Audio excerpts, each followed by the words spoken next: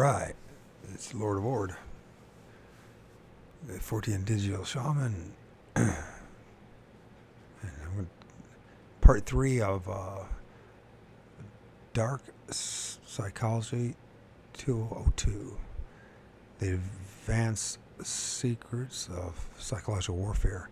Dark NLP, Dark Cognitive Behavioral Therapy, Super Manipulation, Kamikaze Mind Control, Stealth, Persuasion, and Human Psychology by Michael Page. And it is dark. But, as I say, it's good to be reminded of what you are dealing with, at a bare minimum. Don't recommend you doing this stuff to other people, but this is what's being done to you in many different ways, in many different whether it's disciplines, and whether it's religion, politics, the military,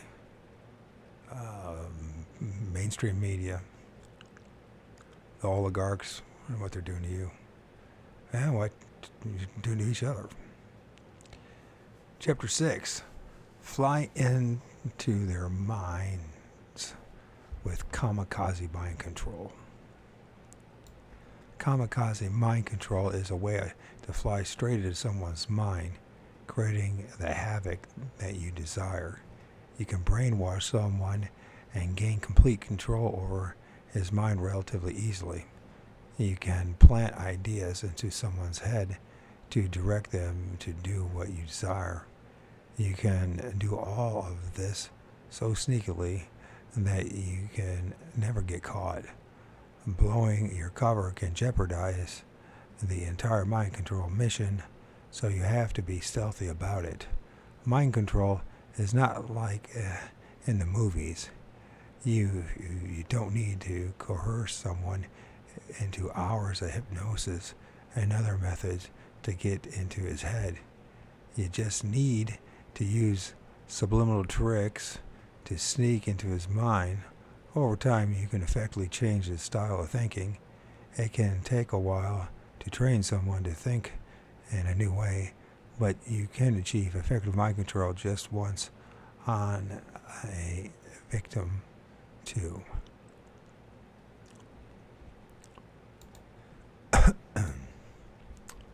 Mind control is also not always used for evil. You probably won't be able to brainwash someone into assassinating your boss at your job, but you can get people to do what you want and to think in ways that are convenient for you. You can use mind control for good or evil. Mind control is far from ethical, and most people won't agree with it. However, if you are discreet, no one will know, and then you can get away with it, and the questionable ethics of it. Power of subliminal messaging. Subliminal messaging is beautiful because it is so subtle. You can plant ideas into someone's head and influence someone without even appearing like you are the one behind it. Subliminal messages typically involve a flash of image or sound that reminds someone of something. These messages are usually hidden and occur so quickly that people are not consciously aware of them. Subliminal techniques work great in advertising. A company can just briefly flash an image and suddenly customers start thinking about their products without knowing why. They don't realize that they have seen. They don't realize what they have seen because it happened so fast. But some part of their brains processes the image. You can use this concept to your own advantage by flashing images and sounds and other sensory stimulus in front of people to put an idea or desire into their minds without their knowledge. You essentially get away with murder when you use subliminal messages. So, say you want to seduce someone, you can very briefly flash a pornographic image or play a mini-second of a recording of a woman or man moaning sexually. Suddenly, this person wants to have sex. You can also expose someone to the smell of Italian food. Suddenly, he will want to go to your favorite Italian place when he wanted Mexican earlier. Gain mind control over people by using subliminal techniques to influence their thinking and feeling. You can also take a step further by conditioning a person by exposing them to some sort of stimulus that triggers them to perform an action and receive a reward from you. Then flash this conditioned stimulus around the person briefly to cause him to perform his trained response. We already talked about this a little bit in the chapter on manipulation persuasion, and in the section about Pavlovian conditioning. Brainwashing. Brainwashing is the process by which you change someone's thinking and make someone believe what you want. You can turn someone into your mental slave over time if you perform enough psychological abuse and manipulation to make that person completely rely on you. To start brainwashing, you need to start with a blank slate.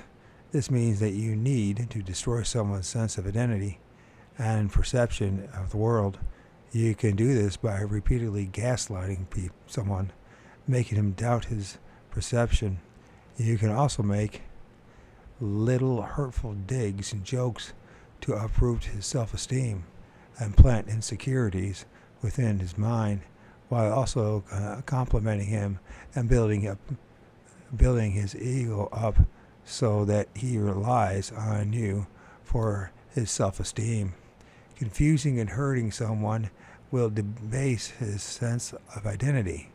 Making him feel good also enables you to keep him around and make him dependent on you. Isolation is also a great way to strip away someone's identity.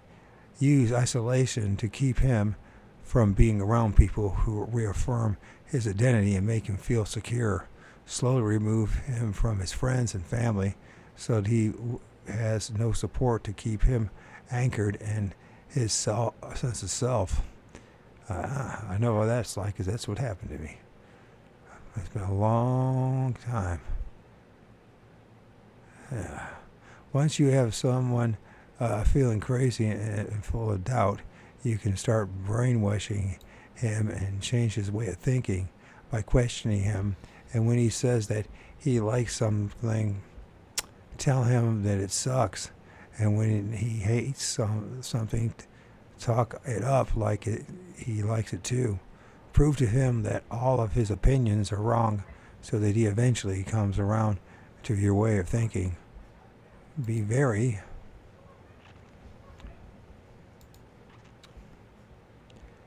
guess I gotta borrow this again. Yeah, I know I've gone through this my whole life. Whether people knew they were doing it or not is another question. But I do believe back in 2008, 2019, that certainly did happen to me. I was stripped of everything. And they used their eugenics program with the jibbity jab.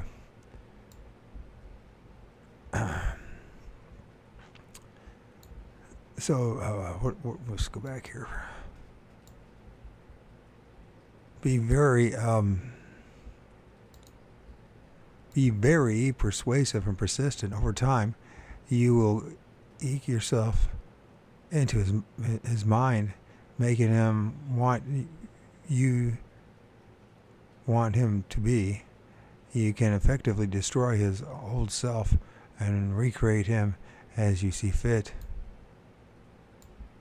Exposing someone To do something over time will also make it seem normal to him. He will eventually start to accept it as part of his reality. If he is exposed to it enough, just exposing a person to a violent movie has been found to cause callous behavior and less empathy, indicating that you can very easily influence someone with even just some slight exposure to something. Change his lifestyle or way of thinking by exposing him to the differences you want to see in him. This could be used for good. You could expose someone to more positive thinking or a healthier lifestyle to encourage him to do better for himself, or you could use it for evil and make him accept dark thinking, low self-esteem, violence, drug use, and other such bad things in his life. In time, you can totally transform a person into someone entirely different. Think this extreme form of brainwashing is not possible? Consider Charles Manson, who was able to convert some of his disciples into murderers in a matter of days. Also think of abusive relationships, where the victim becomes someone entirely different in a matter of months and tolerates abuse because he or she believes it is really love. Mind wipe. Mind wipe is a process of wiping thoughts and memories from someone's mind, and I think this would happen to us. And when we get zapped back into this place, go back in the womb, we forget our previous lives. It's called a memory swipe. This is called mind wipe. So they happen while here in the physical. So anyways, mind wipe is the process of wiping thoughts and memories from someone's mind. While it is far from easy, you can find many practical uses for it. You can erase shameful memories from someone's mind and rebuild your reputation. You can also make someone misremember things in order to cover up your own tracks when you lie. Basically, you can pick and choose what you want someone to remember, but understand that wiping someone's mind is not always easy, and it's pretty shitty too. One effective way to erase memories is to prevent them from becoming memories in the first place. You can accomplish this by interrupting someone's memory-making process. Interrupting the memory before the brain can process it a great way to disrupt the formation of the memory. You can use distraction and interruption someone's attention. You can use distraction and interrupt someone's attention by exposing them to an even more vivid, violent stimulus, such as a loud noise or a gruesome scene on TV. Doing this will distract the person and tear his attention away from the occasion that you would like him to forget. Another way is to use certain drugs to interrupt memory formation. Heavy alcohol use can impair someone's memory fairly well. So can Rohypnol,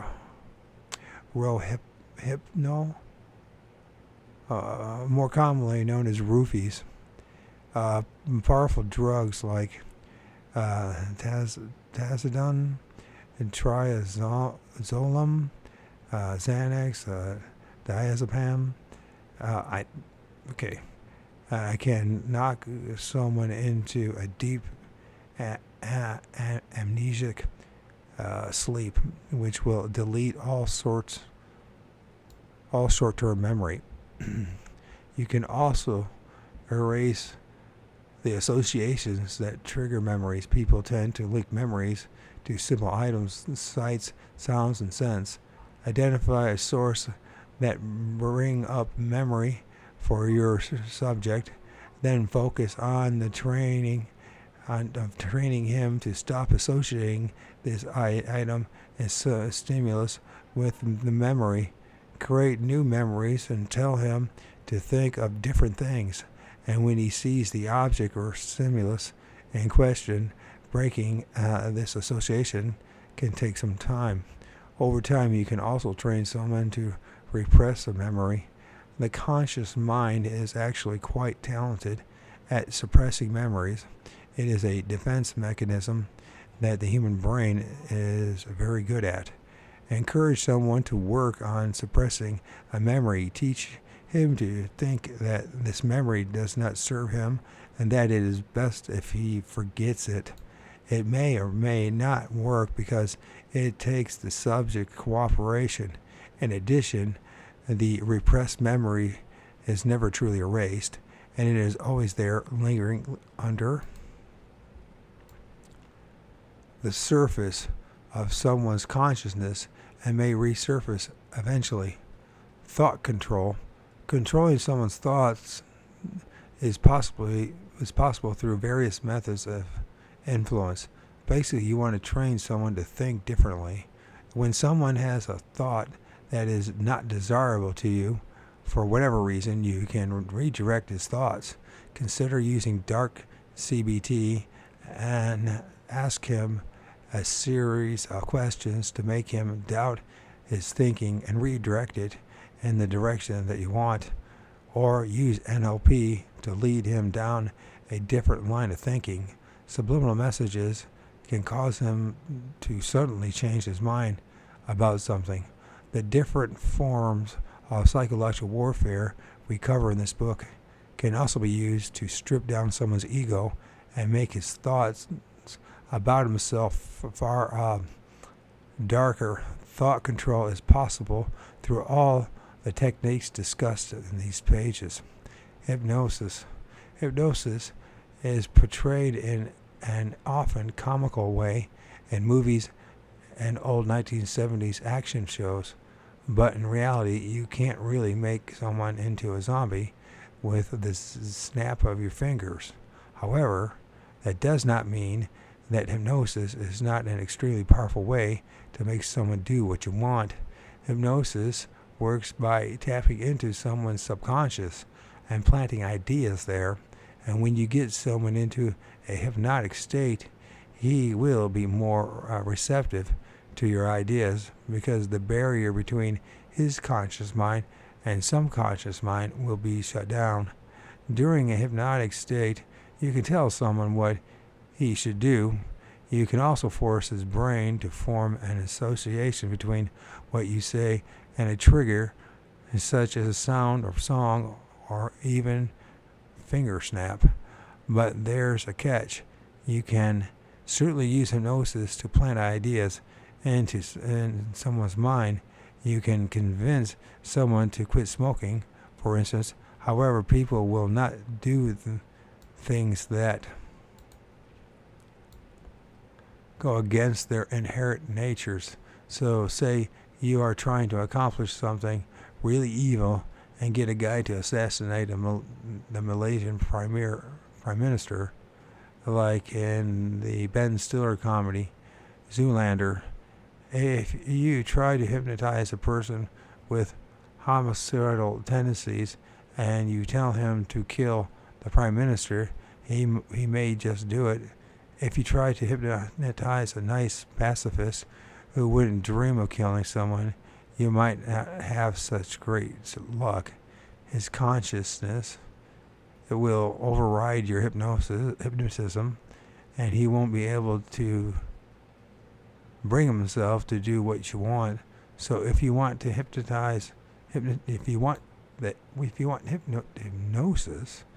to work, you must find a person who is already open and susceptible and capable of what you are asking. The best way to hypnotize someone is to put him in a situation or environment that is very relaxing. Disarm him by relaxing him.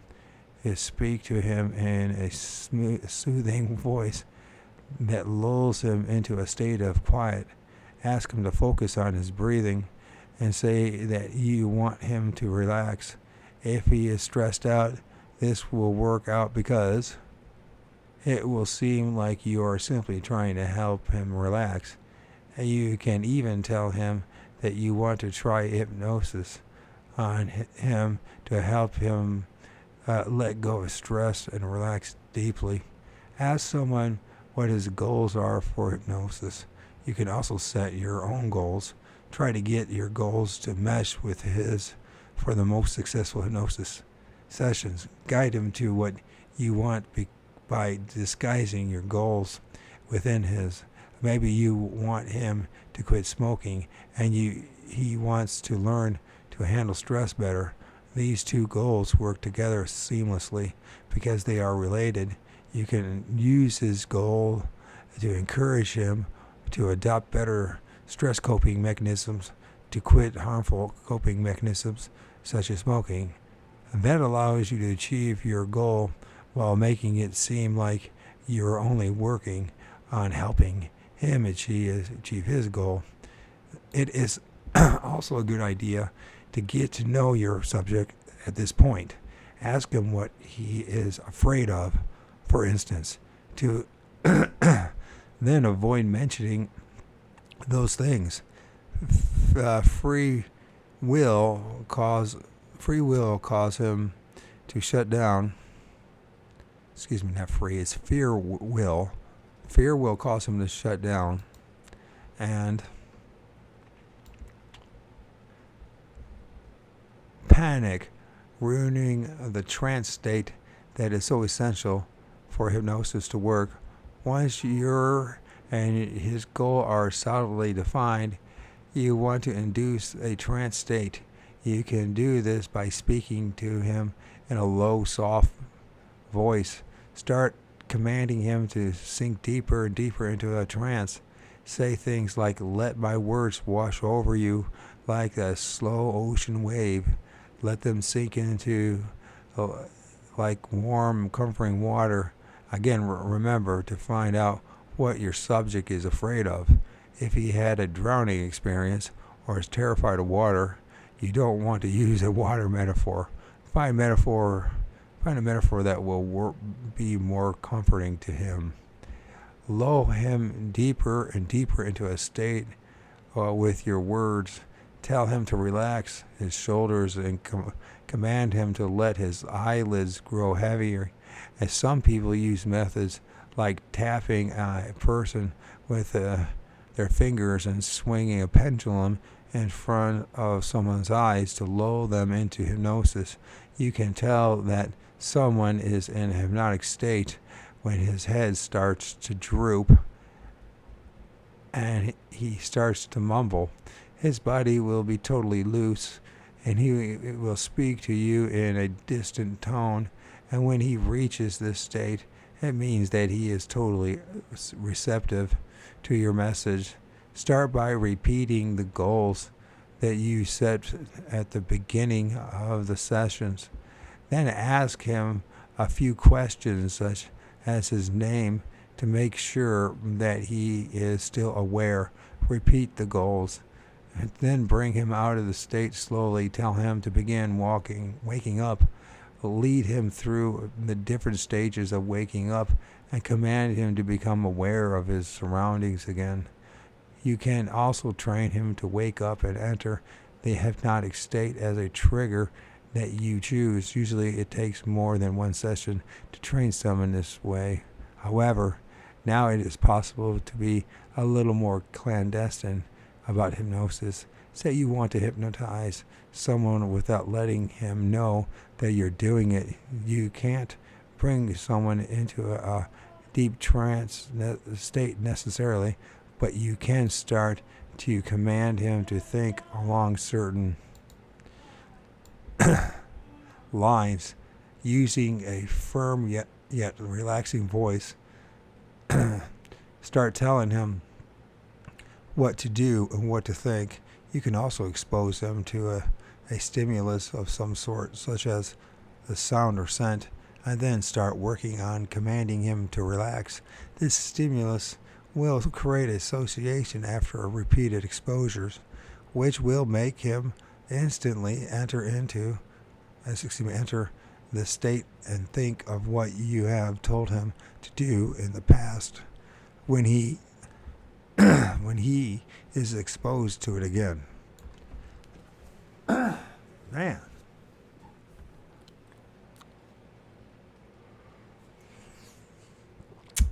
Propaganda. You can use propaganda to change people to see your side, to champion your cause. The best form of propaganda stirs up fear in people and challenges their way of thinking, causes them to want to take action. Then you propose a way that they can change the fate that they fear by encouraging them to take some sort of action. Look at how political propaganda works. Fear tactics are the number one way that political ads target people. Around election time, you'll notice ads saying things like, so-and-so is about to defund schools. If you want your children to get a quality education, please don't vote for this person. The ads are always sponsored by the opposing party. You can use similar tactics for your own personal gains. Tell people that they stand to lose and make sure that it is something they care about deeply. Then suggest what type of action they can take to make the fear fate go away. The fearful fate, go away. Make people feel as if they are important, as if they can do things to prevent what they don't want to happen. You can also appeal to people and the things that they really care about. Kids are one way to really appeal to people. Urge them to take some sort of action by telling them how they will benefit themselves and their loved ones. Propaganda can be spread in various ways. You don't even need to reveal that you are the one behind the propaganda. Start sending out letters and flyers. Send chain mails and that appear to be composed by some organization or anonymously. And you can even use the internet. Of course you do. That's what happens all the time on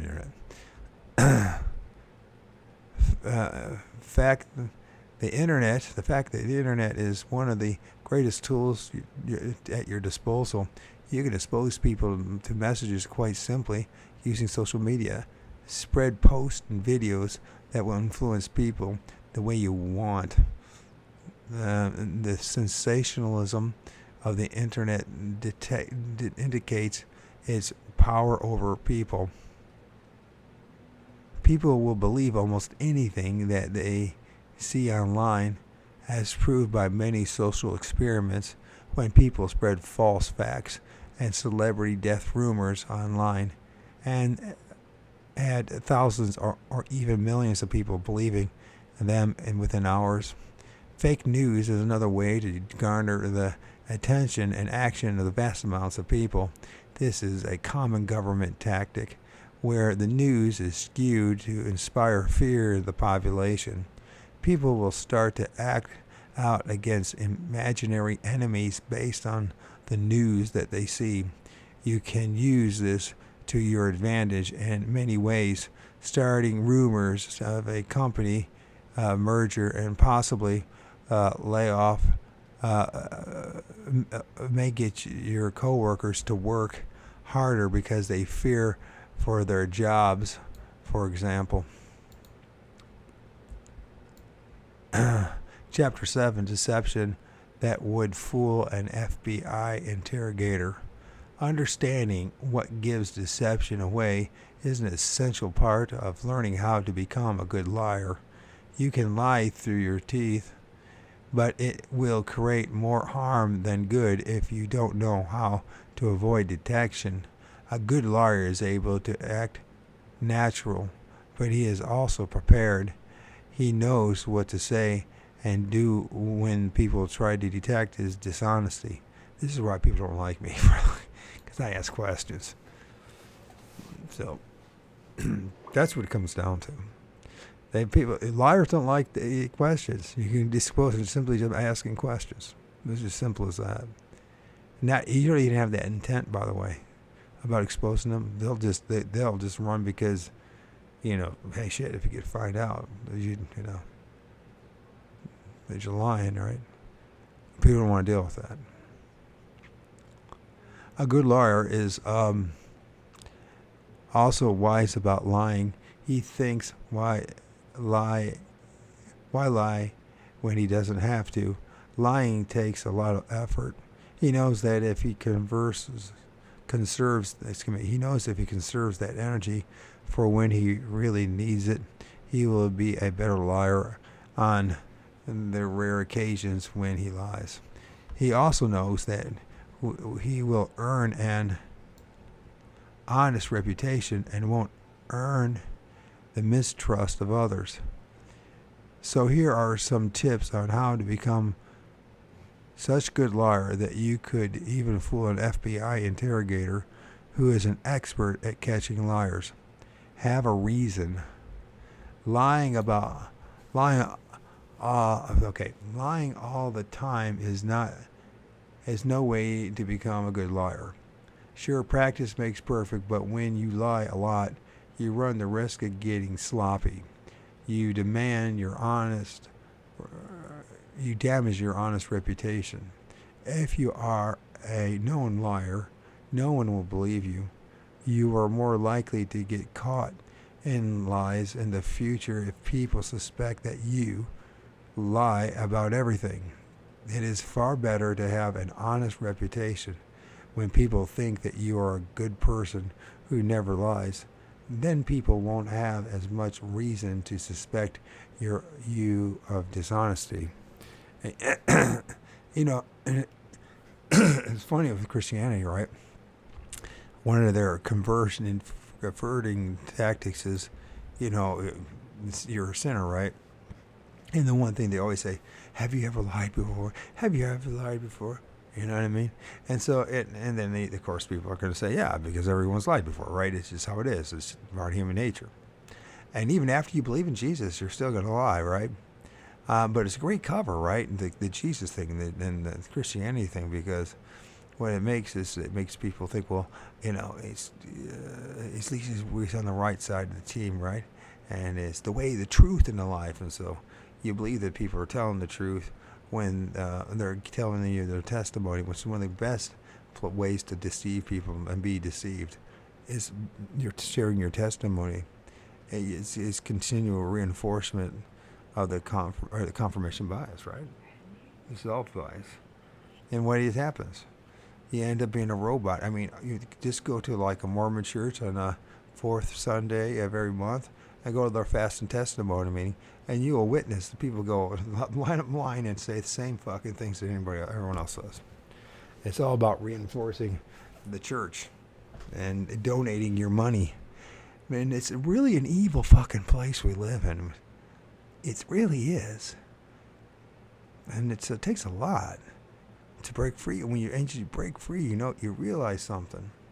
You're going to have better chance of having a decent conversation with a tree with any person. It's really disappointing.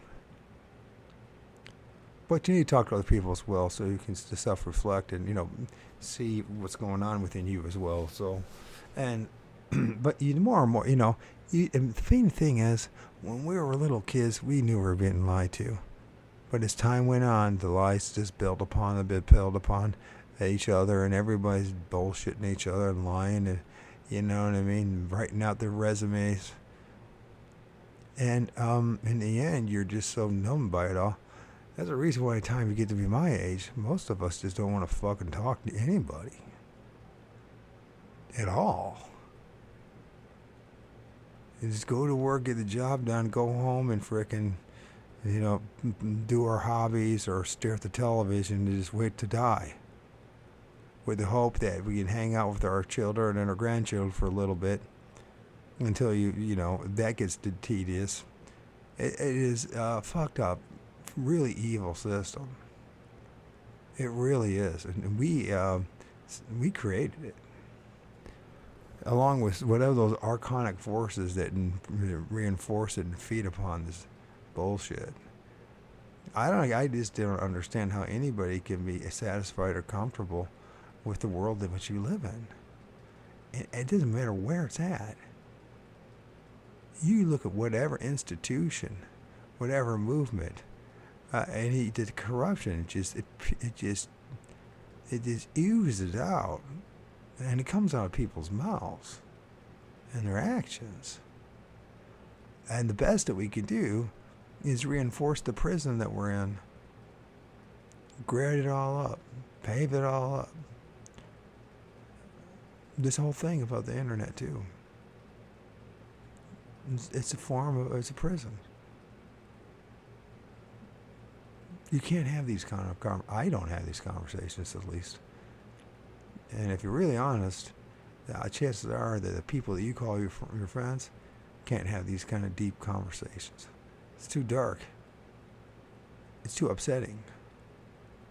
They don't want to deal with it because we don't know how to deal with it. Because the only way to deal with it is to pull out, drop out. Literally. Now, I'm not talking about, doing drugs and,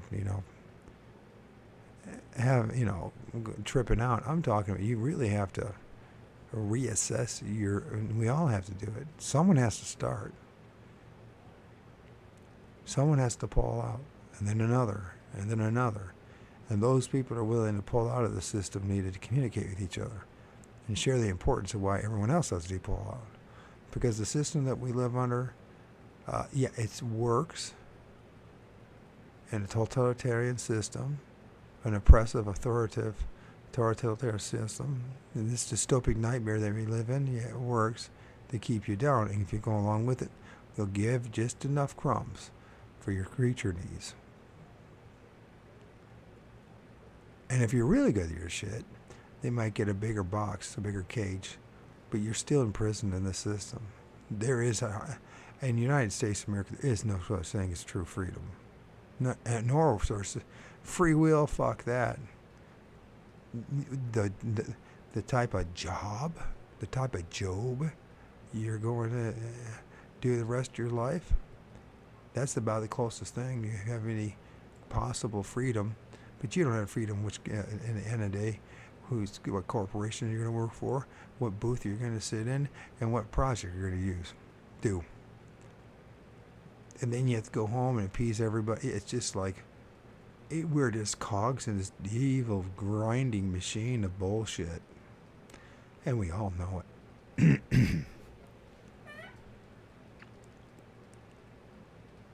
Here we go. Then people won't have as much reason to suspect you're dishonest. Of course, this means that you should be honest more than you should be dishonest. Save the lying for when you really need to lie. Basically, only lie when you have a good reason to. Weigh each situation in your head. What would the consequences of the truth be? You might make someone unhappy with the truth, but will that unhappiness go away? Is this something that other people can get over, or will it ruin your reputation and your friendships and more? If you have a lot of to lose by telling the truth, still consider telling the truth. People will often forgive you for the truth. Lying makes things 10 times worse, but if you absolutely cannot tell the truth, then you can consider lying. The more you need to lie, the more likely you are to pull it off. You can stand to lose a lot, and you can have great motivation for lying. Therefore, you will do your best to tell a convincing lie. Rehearse. Before you lie, it is best to organize your mind. Get things right so that when you tell your tale, you won't mess up. First, determine your target. Who are you lying to and why? What story will make the most sense to this person and minimize your risk of getting caught? You know who you will be lying to in order to design the best lie possible. Second, think up a logical story. Fill in all the gaps. Come up with lots of details that make your story believable. Think of questions or problems, that others may bring up and come up with explanations. You may have to think fast, but don't let that get you nervous. This is a chance to be very creative. Never practice your lie in your head so that you memorize it. What? Did I say never? Let's try this again. Next, practice your lie in your head so that you memorize it. That way, when you're on the spot being interrogated, you are prepared with what to say. You won't spend as much time scrambling to make up details on the spot, creating an incoherent story that gives away your deception. Watch your tenses. Liars tend to mess up the tenses of their sentences when they are fabricating part of a story. When someone is reviewing true events that occurred in the past, they will naturally use the past tense. When they switch to a fabrication, their mind suddenly is in the present, trying to invent a story on the spot. Thus, they start using present tense.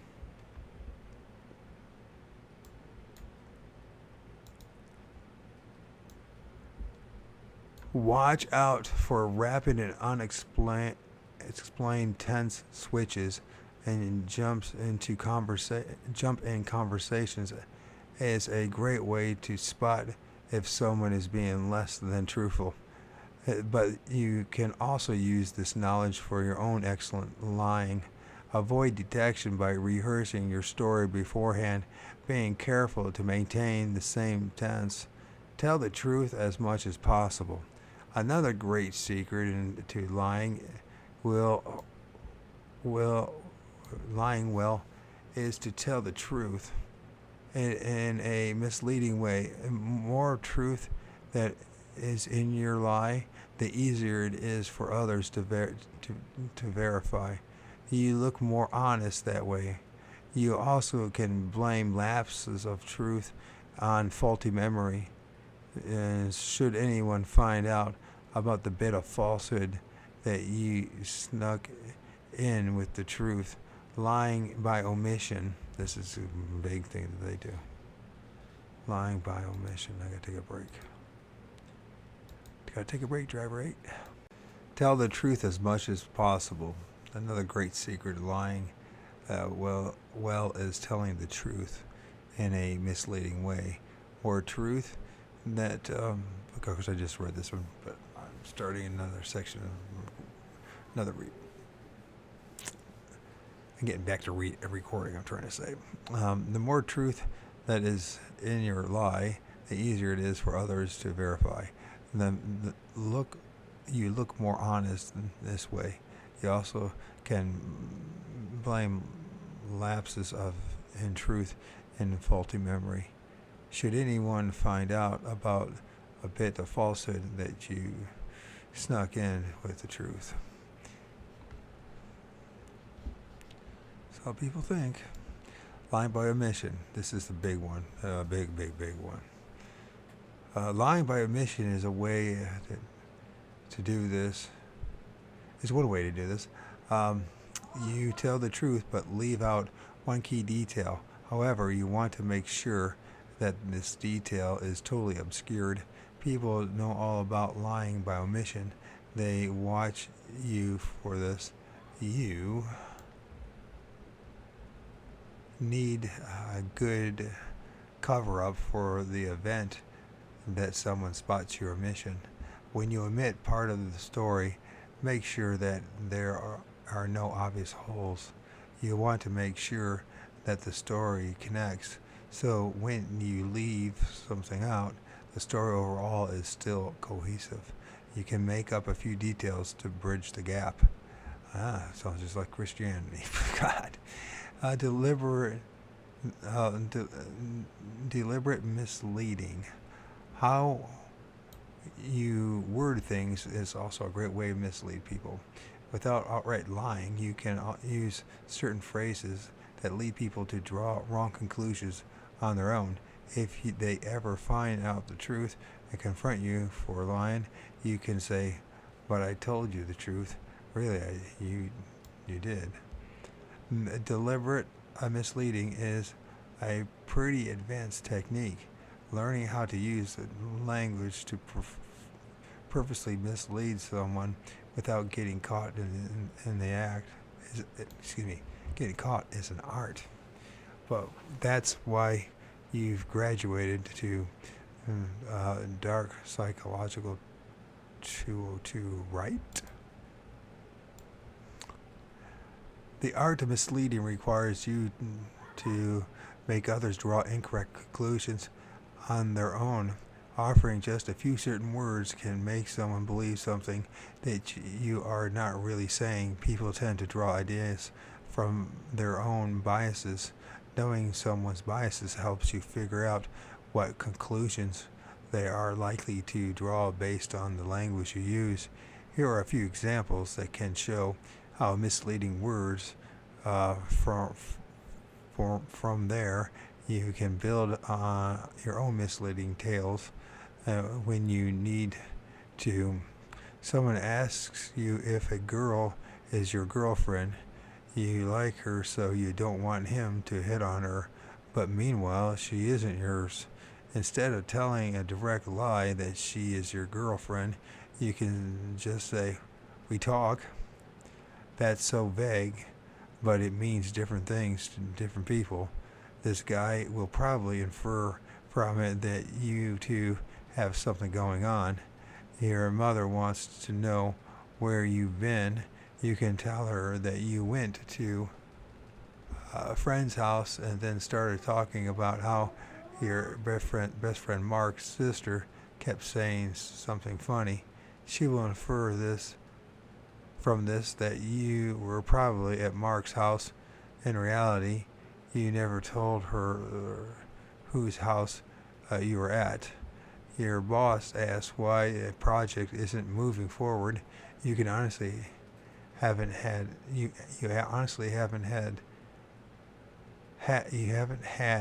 time to get it done, but you don't want to lose your job. So you say, events have transpired that making moving forward difficult, but I am on it.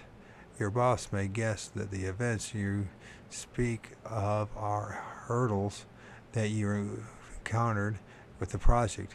He won't guess that really these events are just personal events that have prevented you from dedicating your full time to this project. True details and the lie. When you lie, you can still include bits and pieces of truth. Pepper your lie with truthful details as much as possible. The more truthful details you can include in your story, the better. You want to avoid fabricating as much as possible. This is good for two reasons. The first reason is that the fewer untruths you make up, the less you have to remember. Making things up takes some energy and effort, so it's best to conserve your energy as much as possible. The second reason is that truthful details are verifiable. That makes it seem like you're telling the truth and nothing but the truth. You can tell someone that you were at a friend's house and then provide some real details about the house and the party that you had heard through a friend. This makes it seem like you were actually there. False confession. Admitting to something embarrassing or revealing a secret can help confirm your innocence. You want to distract people and convince them of your innocence by claiming that you were doing something embarrassing and personal. You also build trust and create a false bond when you tell someone a secret. Let's say you were in the wrong place at the wrong time. You don't want to admit what you were really doing, so you make up something else nefarious that is a little less terrible than what you were actually doing. So you could say, I was seeing my mistress, or I was at a porn shop. This embarrassing confession both explains why you were where you were, and it makes others uncomfortable, they are less likely to press the line of questioning, and they will also think that you are telling the truth, since the truth must have been hard for you to admit. Posture and eye contact. Your physical moves are what usually give away your deception. Lying takes a lot of mental energy and emotional discomfort. This manifests in your eye contact, gesture, and movements. Physical clues that give away the fact that you're lying are usually called tells. Tells, not tails, tells. Everyone has a tell, but if you want to avoid detection, you must never reveal your tell. Tell. First, let's look at some of the common ways that liars act when they're trying to deceive someone. First, grooming. Excessive grooming indicates that a liar feels dirty and bad subconsciously. He makes up for this by grooming his facial hair, straightening his tie and clothes, cleaning his nails, or otherwise performing grooming gestures while talking. Organizing. Much like grooming, a liar feels disorganized when he lies. He attempts to make up for this by organizing the environment around him. He might straighten papers on the desk in front of him, for instance. Lack of eye contact. A liar who is afraid of giving away his deception won't want to make direct eye contact. He will look anywhere but into your eyes. He may become overly confused on a point in the distance to allow him to stall as he thinks of the story.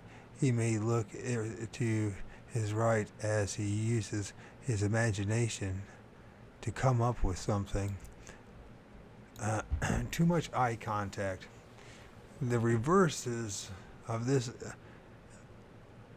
is the liar who makes too much eye contact to convince someone of his honesty. Too much or too little eye contact is never good. Try to make a normal amount. Stuttering. As he stalls for time to think of a lie, he will stutter or use a lot of meaningless filler words. He might even mumble so that it's impossible to understand what he says. There are just his way of stalling for time and making it difficult to hear what he has to say. Well, I mumble all the time, but mine is, and I stutter and stall. Well, that's all has to do with my mouth and my multiple sclerosis and all the health issues that I have. So, shit.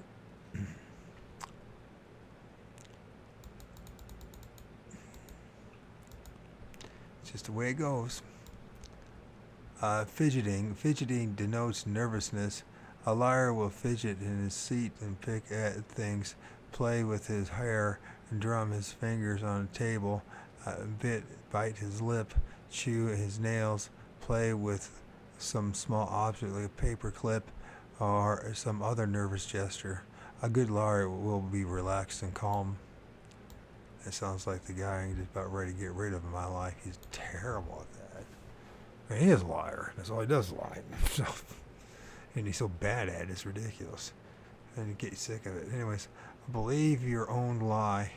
Why do people lie? Usually people are inherently honest, but they will rapidly become dirty, rotten liars when they know that someone will disapprove of their actions. Keeping this in mind can help you become a better liar. Consider how you want to please someone, to then create a reality that would please that person. Believe in that reality. Strive to please them. This will motivate you to not only lie, but to lie well. It's sick, isn't it, this book? I mean, but it's how people think. Keep the key to lying is to become comfortable with it. How can you do this?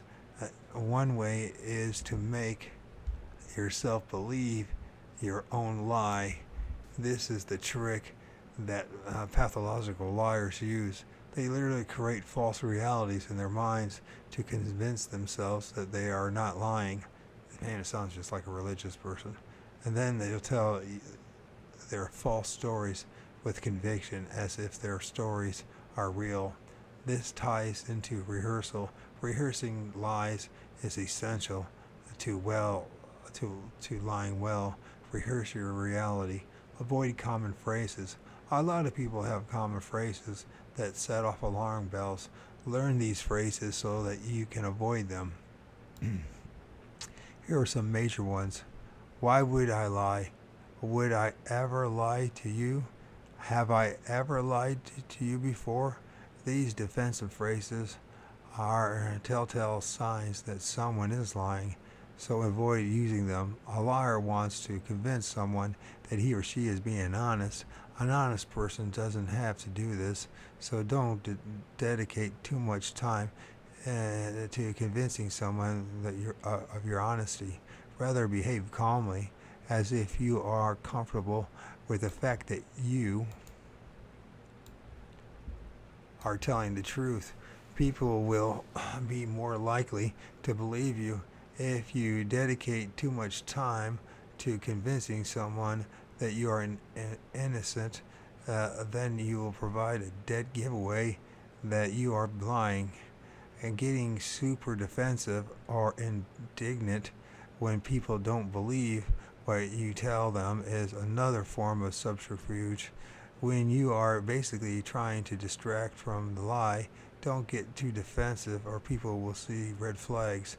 Instead, act like your honor is everything to you and you are committed to convincing this person. How would you feel if you were actually being honest? Imagine that feeling and then channel it. Lying is a bit like acting. You want to act innocent and behave just as you would if you were being unfairly accused of lying. You might get adamant and emotional, but you're not going to act like you're offended.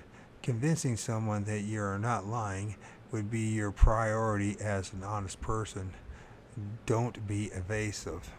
That's what Christians are terrible at that. And that giveaway that Christianity and the story of Jesus is a lie. And the whole damn thing is a lie. And anyways, but you can say that about anybody in any of the cults and religions. So liars are evasive of the truth. Therefore, they try to avoid answering questions.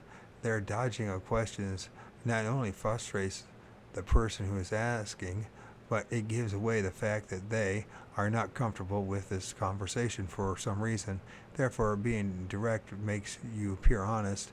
There are many forms of deceptive evasion. Yeah. The most common is changing the subject. A liar will want to get off the uncomfortable subject for fear of giving away the fact that he is being dishonest. As a result, he wants to switch topics as rapidly as possible and beat the average liar's game by casually agreeing to remain on the subject. You don't need to keep talking about it, but as long as the other person wants to talk about it, you can keep providing details and answering questions. A rapid subject change is always suspicious, so never do that. Another form of evasion is being very vague. A liar will be vague to avoid giving away too many details. Details can get messy, but if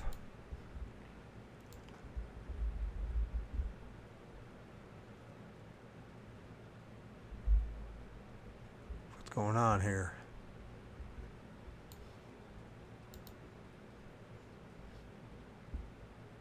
But if you choose, it's stalling on me. If you choose to be direct, provide lots of details. You appear honest. You set people at ease. Don't use vague language. Stick to direct and clear terms. People assume that a liar doesn't speak so directly and tactically. A common way that liars use vagueness is by using in the passive tense.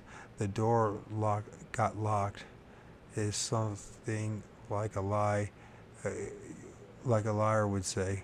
But now that you know better, you would say, I locked the door. Don't try to escape responsibility with passive language. Other people can see right through that ploy. I know one thing, reading this book will make you distrust just about everybody, but that's not the point. So, or, if you think that this is what you should do as a human being, my thinking is this: if I meet someone like this that has this mentality, it's a good, it's just good to know and not hang with that person, right? But it's good to know that what's going on in the tactics, right? Liars will also use softer language to lessen the impact of what they did and ease the burden of their guilt. For instance, a liar might say the painting was taken rather than the painting was stolen. Stolen is a stronger word than taken, so liars don't want to use it. However, you can stay a step ahead of most liars and use proper terms for what you are talking about. An evasive person will also try his very hardest to avoid talking about the situation that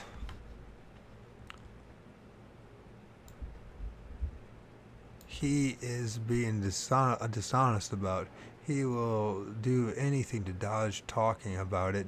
Thus, he will try to evade answering questions by asking questions of his own, joking around and otherwise trying to distract the interrogator. Distractions are one of the sneakiest forms of evasion. Staying on topic is a good way to establish a sense that you are telling the truth.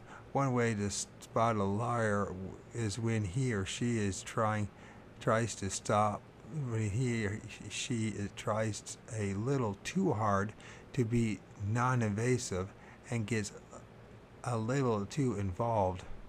For instance, if there is an organizational investigation into a theft in the office, you can bet that the person who screams the loudest about the theft is guilty. He or she thinks that by being very involved, he or she seems innocent and will escape detection.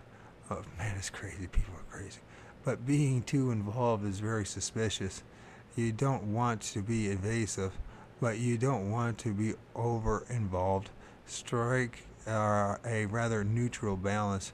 Commit to the end. It is a warning sign when someone accuses you of lying and you get nervous and try to backtrack and change your story. If you speak with commitment and conviction, you appear far more reliable. It is important to commit to following your lie through to the end. Even if someone is suspicious of you, they won't be able to prove anything if you never break down and admit the truth and deviate from your lie. If you stand by your lie to the very end, you won't ever confess. People will become more likely to believe you, and people who don't believe you, well, there's really nothing they can do. Don't let fear make you break down.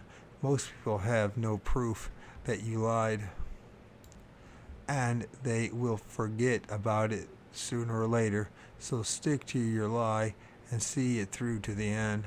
Traps to watch out for. Deception is far from a new trick.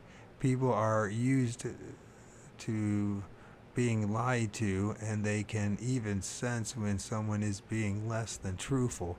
People have come up with many little tricks to test honesty.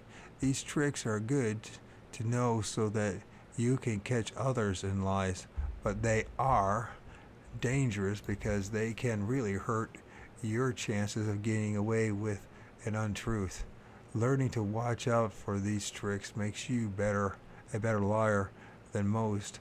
When you are prepared, you can skirt around these tricks and convince someone that you are telling the truth. Uh, Look at me in the eyes.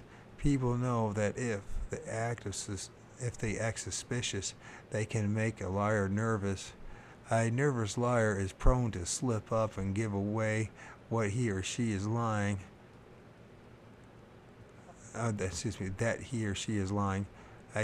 One common way that people test your honesty is to ask you, "Look me in the eyes."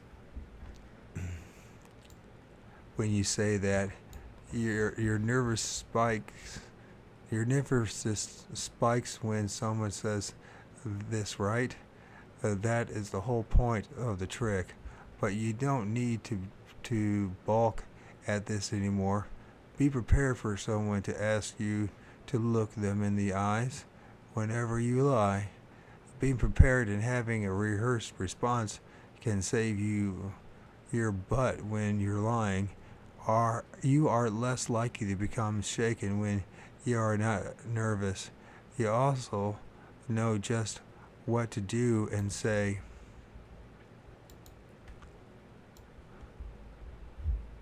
Which gives you more confidence. If you have a rehearsed response, that's that that's what sticks out in your mind. You will be more likely to stick to your story, even believe it a little bit, and so that it seems more truthful. Sounds just like religion. So what you should do when someone says, look me in the eyes, do what good liars do and look him or her in the eyes, even laugh a little, but not nervously. Then repeat your story word for word. Don't vary from the script, but change up words a little so that it seems that you are speaking naturally and normally. Volatile conundrums. There's a clever trap called volatile conundrums. Excuse me. This is how people can catch you in a lie. Basically, when someone uses a volatile conundrum, they will invent a story that makes you admit to lying. They ask you a question that throws you off and forces you to change your story, which can catch you off guard. The most common example of this trick is when you lie to your significant other about being at the movies. Your partner may say, "That's interesting that you were at the movies. I saw on the news that there was a fire at the theater." If you're lying, the trap can make you really nervous. You don't know what to say because you didn't know that there was a fire. What if they made the fire up?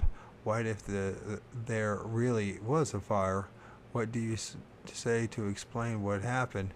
Before you make up your mind that you want to lie, do your research. For instance, if you're going to say that we went to the theater, make sure that there is no news about a fire in the theater.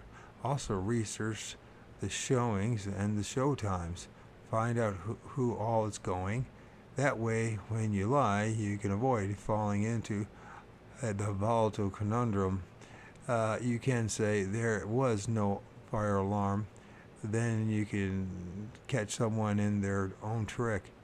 On the other hand, if there really was a fire, you already knew that, and you can tell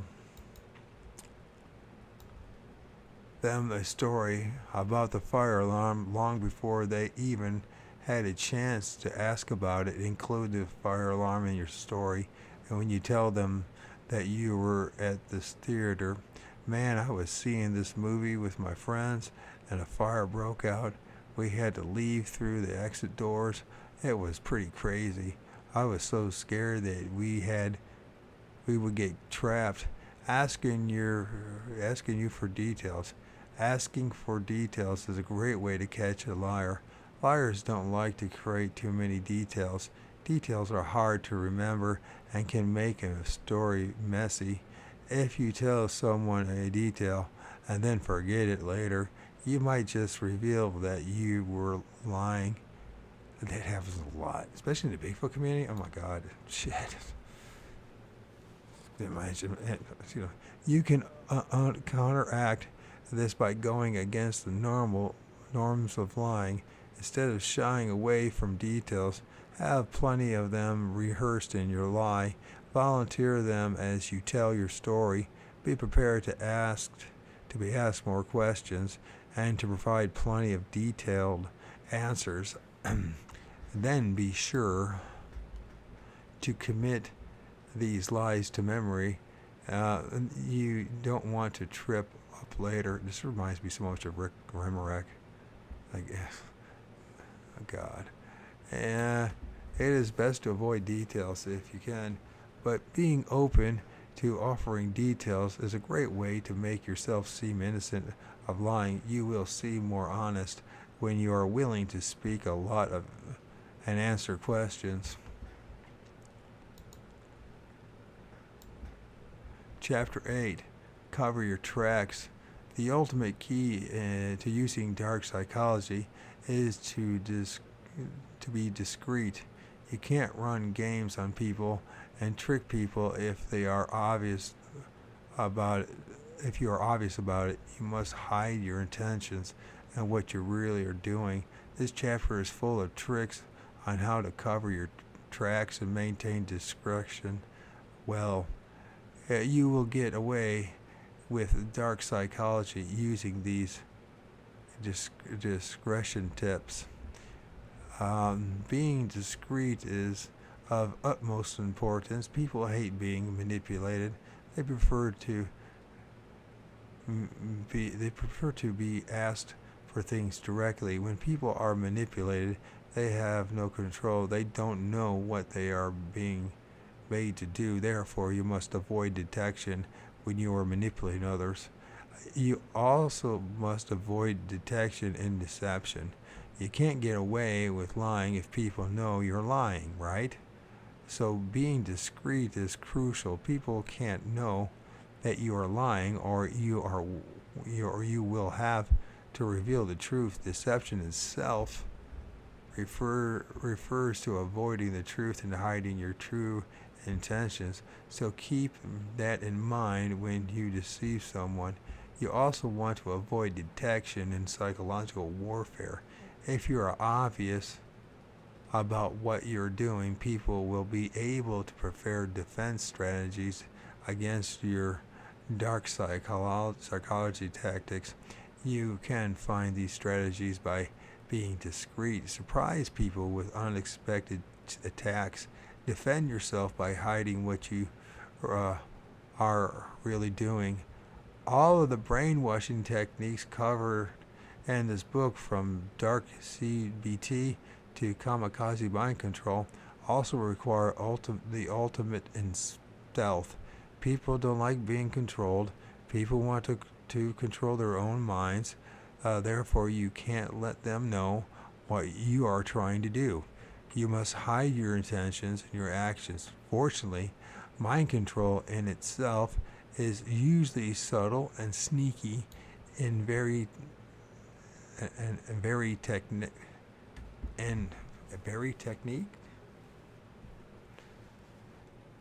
I didn't quite understand that. Fortunately, mind control itself is usually subtle and sneaky in its very technique. Subliminal methods are difficult for others to detect, but you still must be careful to never show your hand. The best way to be discreet is to consider all dark psychology methods as part of a huge clandestine poker game. Life should be a game to you, and people are pawns. You don't want to reveal your hand, or you will lose. You must keep a great poker face and keep your cards, which are really your dark psychology weapons, hidden. You must also play to win. Losing is not an option because there is a lot at stake. What happens when you don't use discretion? Let's consider what you stand to lose if you lose at this great poker game of dark psychology. First of all, your reputation will become soiled. People talk. If someone is hurt or ripped off by you, you will become angry and tell others about what a manipulative bastard you are. He will become angry and tell others about what a manipulative bastard you are. People will stop liking you and they will avoid trusting you. Then you can't use dark psychology successfully on anyone ever again. Everyone will know what you are up to, and they will have to guard their guards up around you. You must make sure that you never gain the reputation, of a manipulative bastard. Second, you stand to lose relationships. If you are using someone, that relationship is beneficial to you. If you are with someone, either romantically or as a friend, and you use manipulation to get your way, you could lose that person and his or her value in your life. So losing these relationships will hurt you. You don't want to lose people and make enemies. You want to keep people on your side. So you must hide what you are secretly doing. Finally, you will risk losing what you are going after. You're not using dark psychology for nothing, and so I hope.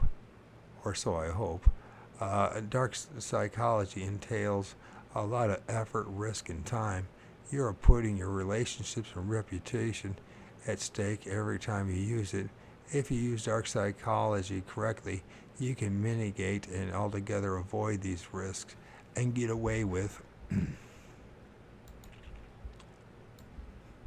what you are planning.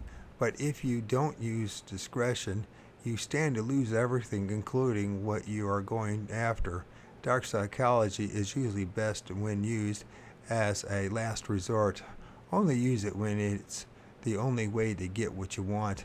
If you mess up, you won't get what you want. So you can see that dark psychology is a wonderful way to get what you want, but it does not come without risks. And you must hide what you're doing and cover your tracks very well. Otherwise, you will never succeed. You will lose everything, and you cannot afford to lose everything. You can't start over again and again. So learn to cover your tracks using the tips in this chapter. Never forget to take precautions against detection when you are employing dark psychology on victims. Use dark psychology wisely. It can be safely said that discernment is a key to life. You must be discerning in all situations. Always be wise and avoid taking on too much or starting a battle that you can't win. This same advice is especially crucial to when you use dark psychology in your life. You need to be discerning about when and where dark psychology is useful. There are times when dark psychology is either useless or unnecessary. Always explore alternative options before you commit to using dark psychology. Dark psychology is incredibly powerful. It is also almost always successful. You will enjoy great power and success when you employ dark psychology on difficult people in your life. But dark psychology is so powerful and successful. There are situations where it is overkill. You do not always need to hurt people with dark psychological warfare. Manipulate someone into giving what you want, or lie to someone. Mind control is seldom necessary in real-life situations. Before you use the super powerful persuasion methods contained in this book, Find out if you can just ask the person for something directly. You would be surprised at how saying please can get you what you want. Being direct will make you look like a better person. It will make people trust you, and so that when you do need to use dark psychology, persuasion, and manipulation methods, people won't suspect you are being manipulative at all. Try using more direct methods to get what you want. First, only whip out persuasion and manipulation when you know that someone will say no, and when you want something that no one will give you. Save it for the last resort when you just can't get a yes to what you want. Psychological warfare sounds an awful lot like dealing with a businessman, you know what I mean? This just sounds like, ugh. Psychological warfare is an awesome way to crush your enemies, but some battles can't be won. Other battles just don't matter. Have you ever heard the phrase, pick your battles? This phrase is incredibly wise. Sometimes you really don't need to exert the time and energy that it takes to win a fight with someone. Really look at the battle before you take it on. Ask yourself, what will I gain from winning this? What do I stand to lose? Will this really matter in 6 months? Will I even remember this in a year? If something doesn't really matter, don't bother with it. Let it go. Move on with your life. You will feel a lot better if you drop stressful ordeals that don't matter in the long run. You also won't need to use the complicated dark psychological warfare techniques included in this book. When it comes to deception, it may be your initial reaction to lie, but keep in mind that when you can tell the truth, you should. It makes you more trustworthy, and it helps you avoid the messiness of keeping track of lies. You need to work on deciding when and where deception is necessary. Usually it is best to lie only when you stand to lose a lot by telling the truth. Telling the truth is best in all situations. Nonetheless, the truth will damage your reputation or cost you something like your job, friends, and family, or your reputation. So decide if the lie is really necessary before you commit to one. So remember that lies are basically lifetime commitments. One lie may lead to more lies. It's a downhill slope once you start to lie. Is something really worth that kind of commitment? Will you lose more if you are caught lying than if you tell the truth? Think long and hard before you use deception. Dark psychology is best used sparingly. The more you use it, the more trouble you can get into. It also tends to lose its power the more you use it on someone. Save dark psychology for situations and people who are truly worth your dedication, who need to be controlled, who stand to ruin your life otherwise. Reserve dark psychology as a last resort, or wipe out every or whip it out every now and then to gain control over a person, but don't use it every day. Don't employ it every day, or you will start to get into trouble and gain a reputation as a shifty, untrustworthy manipulator. Destroy evidence. You should always destroy evidence, or better yet, leave no evidence behind. Evidence can be destroyed by destruction of evidence, but destruction of evidence is often messy. You do much better if you never leave any trace of what you do. Make sure that you never leave a paper trail. For instance, if you want to lie to someone, don't do it through an email where he can bring it up later. Instead, do it in person later. You can always claim that you said something different. There will be no proof. Also, avoid being recorded. People will do this if they feel that they are being untrustworthy. Make sure that he doesn't have his phone in his hand. He might be recording you if he holds his phone up when you speak. Avoid having witnesses, and when you want to talk to your victim, do it when the two of you are alone. Witnesses can be your downfall. You don't want others to remember what you really said or did. And be very cautious when speaking or doing things related to dark psychology and presence of others.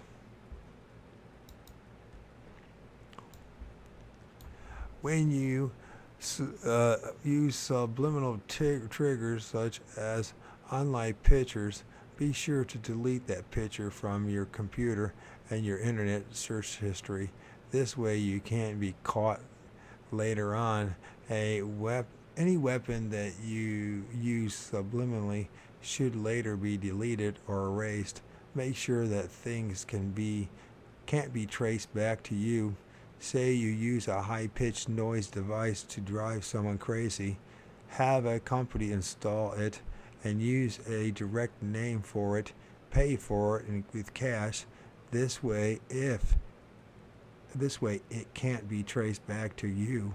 Cover all trails that lead back to you. This will help you even if the law gets involved. Evidence can be your downfall when you lie. That's why you want to follow the advice in the chapter on deception. Be prepared. You want to follow the chapter on deception to perfect details and make sure that your story makes sense. You want to make sure that nothing can prove you were making things up. Be as close to the truth as you can possibly be. Also make sure that there are no loose ends. If you use any sort of weapon, device, or other physical item to run dark psychology on someone, don't keep this item in your possession. Get rid of it or destroy it if for good. Being caught with something that you once used against someone can prove your guilt. Never make the mistake of keeping a journal or log of your activities.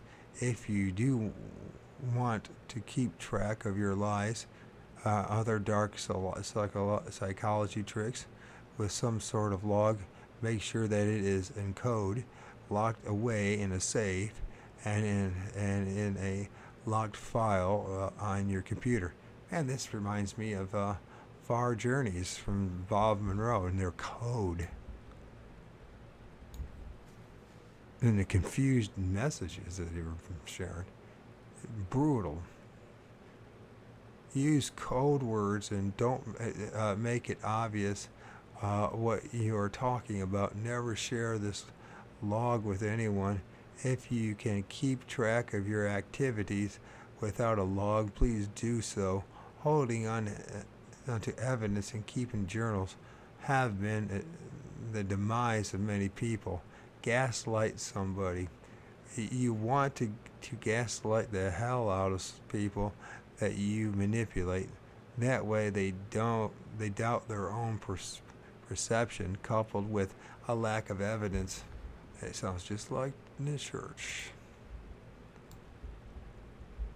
You can use gaslighting to stake around all types of detection.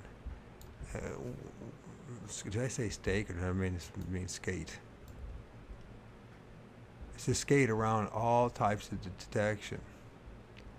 We already covered gaslighting and how it makes people doubt their own sanity. Start using gaslighting early on in a relationship with a victim. Deny conversations that you just had. Claim that people are just imagining things.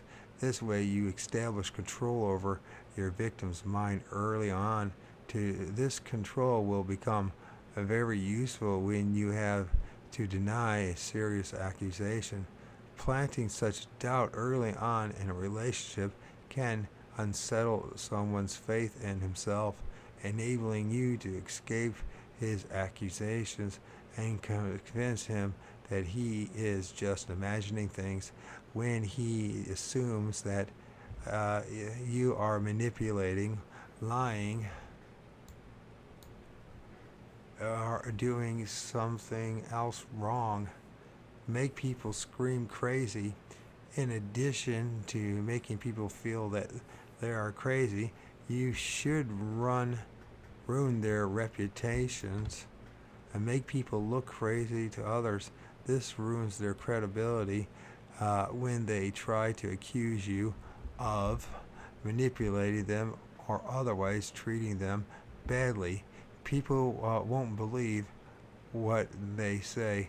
You need to start working on discrediting someone as soon as you mark him as a victim. Show others the mistakes he makes and the flaws that he has. This way others will start to disbelieve what he says, and when he starts to accuse you of being a horrible person and doing something wrong, it will appear that he is not a credible source. Provoke someone in small ways. Do something nasty in private before you go out with him so that he explodes at you in public. Do small irritating things that others cannot see so that he loses his mind on you when his temper finally snaps. Say and do things that trigger his temper without being obvious about it. One good way to do this is to ignore him while he talks to you. Others won't notice that you are ignoring him. They think that you are simply trying to avoid drama. He will look insane when he loses his mind in anger on you. Also, point out of awful things that he does. Tell others about his faults and flaws. Make it seem like you are the fragile, innocent victim when really he is the victim. The more hurt you act, the more hurt you act, the more people are likely to take your side. Reveal that he is a monster and you did nothing to deserve what he does to you. Others will start to take your side and think that he is a horrible person who doesn't deserve their support.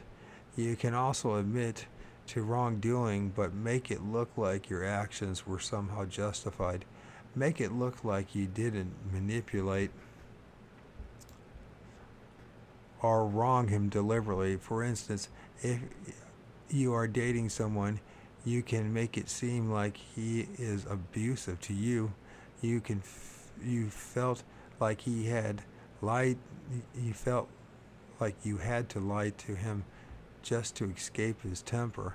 Say that you're cheated in order to find love that he can't give you. You can also make your actions appear innocent. Tell people that he is oversensitive and took normal things that you do personally. On top of ruining someone else's reputation, you need to build up your own. Appear like the most innocent, wonderful, good-hearted person in the world. Never do anything to make others suspect that you have a dark side. We cover this more in the final chapter, chapter 10, when you have such a great reputation and outer image Others will not believe that you are capable of being destructive or awful. Sounds like a priest or what a pastor would do. Have a great defense strategy. Operate under the assumption that you will get caught. Always work to build a defense strategy should someone ever catch you using dark psychology. Your defense strategy needs to make your actions look excusable, and they need to make you appear innocent. They need to help you preserve your integrity and your reputation. Create an argument to excuse and explain your actions. You may need to lie, but you want to make yourself look better. Explain away what you did and why you felt that it was necessary. Present a convincing argument that you were doing what you felt you had to do. Say that you were lying to keep your job, to keep food in your kid's mouth, for instance.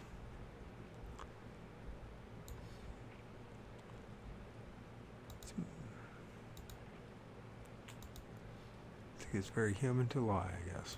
If you can, deflect the guilt onto the other person. Cheaters do this often by telling their partners, I cheated because you don't give me the love and attention that I need, or bring up something bad that the other person did to put him on the defensive and distract him from what he is mad at you about. Guilt and shame are powerful emotional weapons that can really help you deflect attention away from yourself. They can also allow you to make a person feel as if what you did to him was deserved. Your ultimate aim here is to make someone believe that he deserved what you did to him and that you don't deserve punishment for what you did. Sometimes a blatant denial is a risky move. If the evidence is stacked against you, denial may not work, but the evidence is sketchy and you know that your accuser can't prove that you did anything wrong, and try using blatant denial in your defense strategy. Deny what you did and stand by your denial to the bitter end. Trivialize the wrongness of your actions to make the other person feel dumb for getting upset and accusing you about something. Laugh at someone or tell him that what you did is not such a big deal.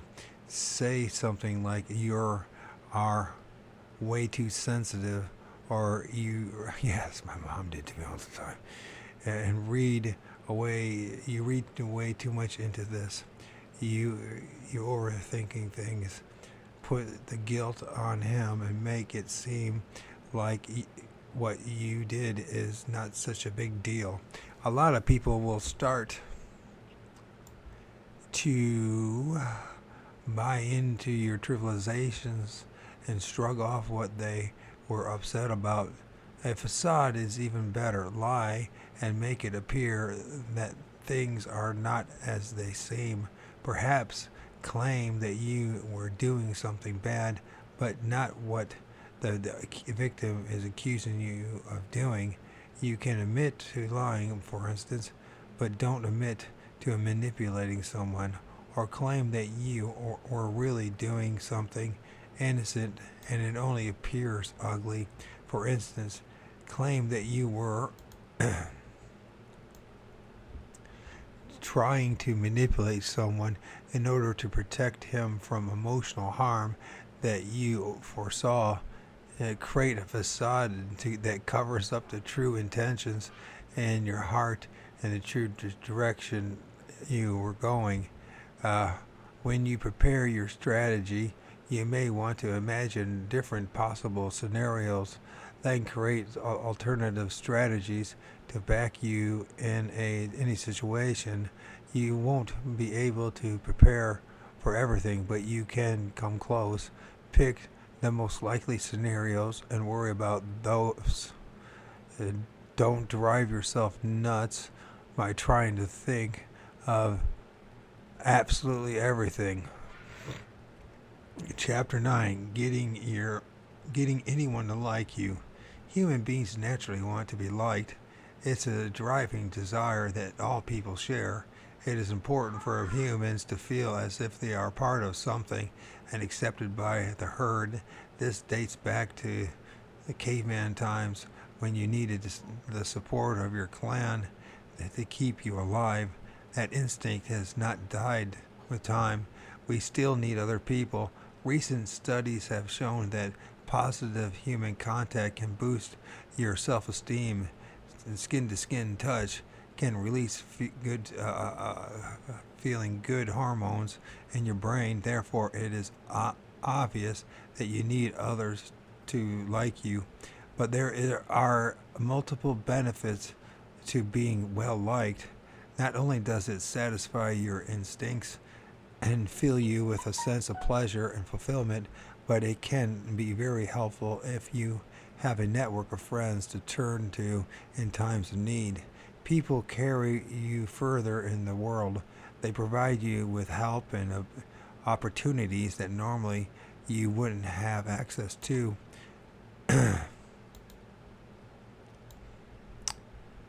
People you know, the more successful you will. What is? I must have missed something here. Let's see what I say. The more people, okay, yeah, that's right. The more people you know, the more successful you'll be. Being liked also bolsters your image. You can be much more persuasive if you're well liked. When someone likes you, he or she will want to please you. That enables you to find friends and get your way. You won't seem like a jerk doing this because people like you. People will do a lot for their friends, and so the more friends you have, the more you can get from others. Reach out to others and don't just rely on yourself. Other people will want to like you because people are trend followers. When others like you, this increases the chances that more and more people will find you appealing and attractive. You will become more of a magnet to both genders if you appear likable. People really rely on others for cues about whether or not to talk to someone. So if people like you, you will attract even more people. Finally, being well liked boosts your confidence, and that in turn makes you more attractive to people, more persuasive, and more likely to get your way. Confidence enables you to believe in yourself and to win, regardless of what others think. You won't have self-doubt nagging at you, making you hold yourself back. You won't feel guilty and undeserving of winning, so you won't prevent yourself from going after what you want using dark psychology and using dark psychology successfully. You may also want to learn how to become well liked just to enjoy life more. There might be a person that you want to befriend or seduce. Well, this chapter will show you how to gain friends for persuasion purposes and also how to seduce people. You will have the power to make anyone like you by the end of this chapter. How can you become so well liked? There are a variety of methods, but you will know how to get even your worst enemies to love you by the end of this book. You just have to believe in your ability to attract people left and right. Shed away.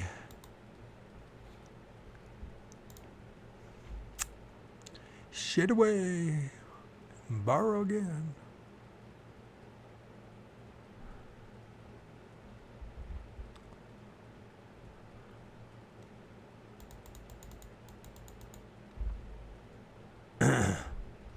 negative self beliefs where you think that you aren't worthy of friends, as this belief alone can cost you friends.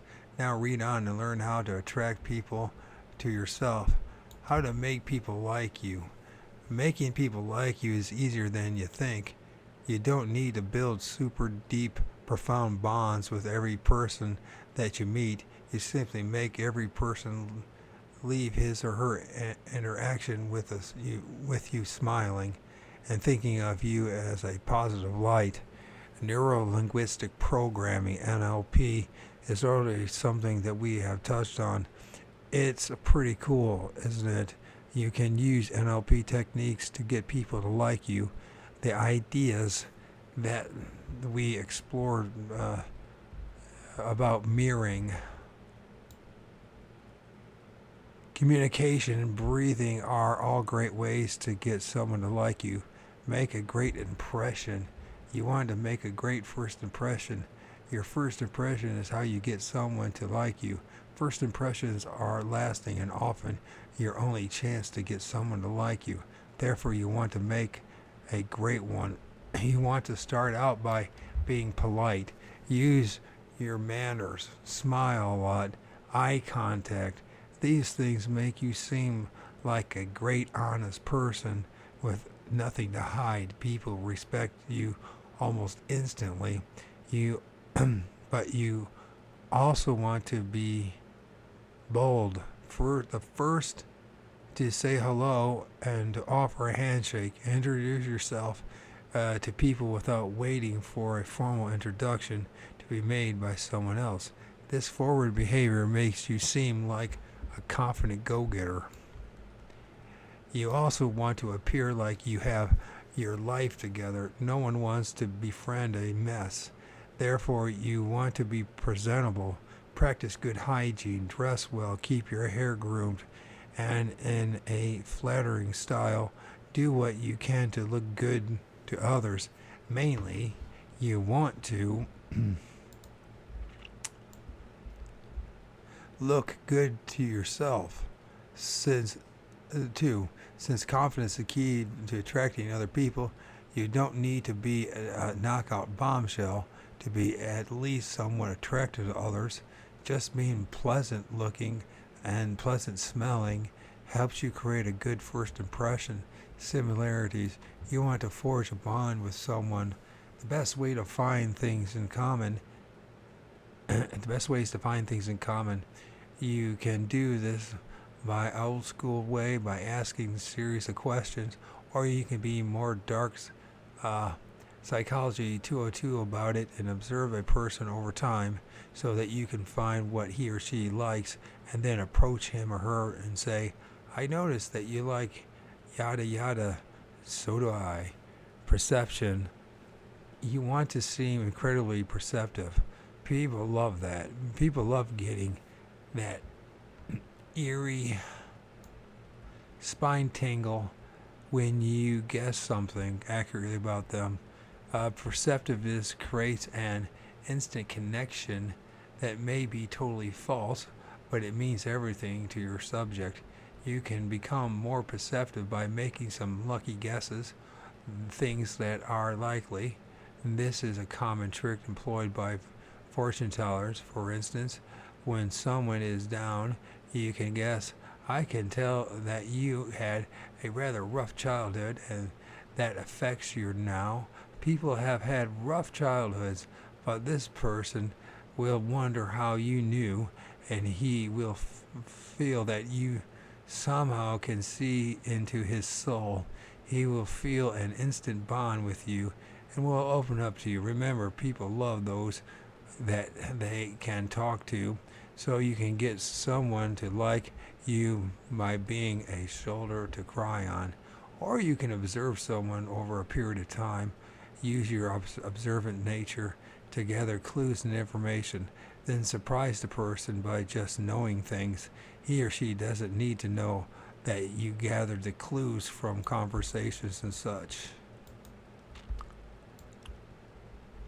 Open body language. Being an open person encourages others to want to connect with you. If you are closed off from others, standing alone in a corner with your arms crossed, then people won't find you very approachable or likable. But if you appear open and exude an air of warmth and agreeableness, then others will flock to you. It's sad. Start by smiling at people. Open conversations. Be ready to speak at anyone. Also have an open body language. Uncross your arms and legs so that you can appear more open to others. Stand facing others squarely and don't turn your shoulders or back to people. Don't keep looking at exits and keep your feet pointed towards the nearest door, as these are clear signs that you want to leave.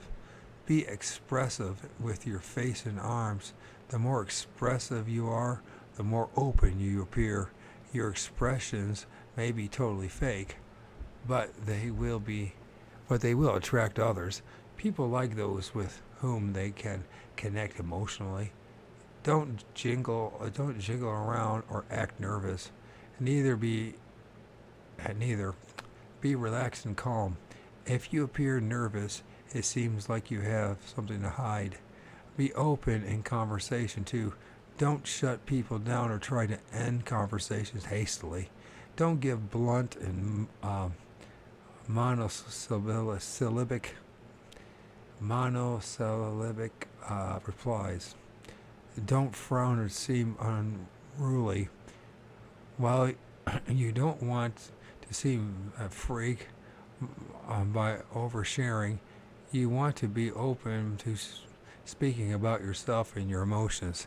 This makes you seem like a genuine friend who wants to connect and share.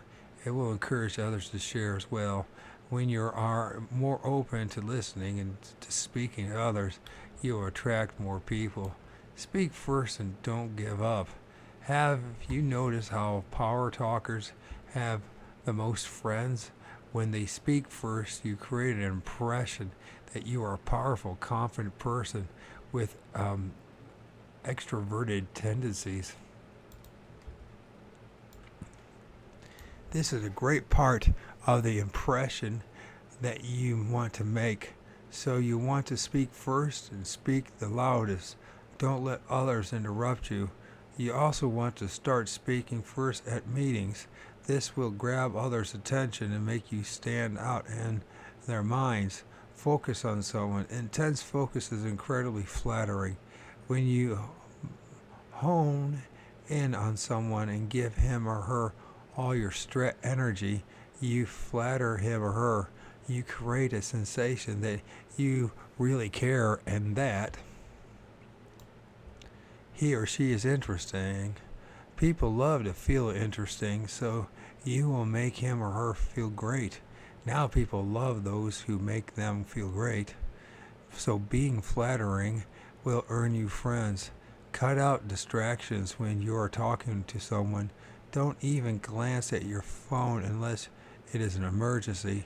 Don't stare off into space and at other people. Just make eye contact and intently focus on the other person. Listen and pay attention to everything that he or she says. Nod your head at intervals and ask questions to indicate your high level of interest. Seduction is at its finest. Tips about how tips above can also be employed in seduction. The difference is you want to add a sexual or romantic element when you are seducing someone. You want to use the above techniques, but add the techniques in this section.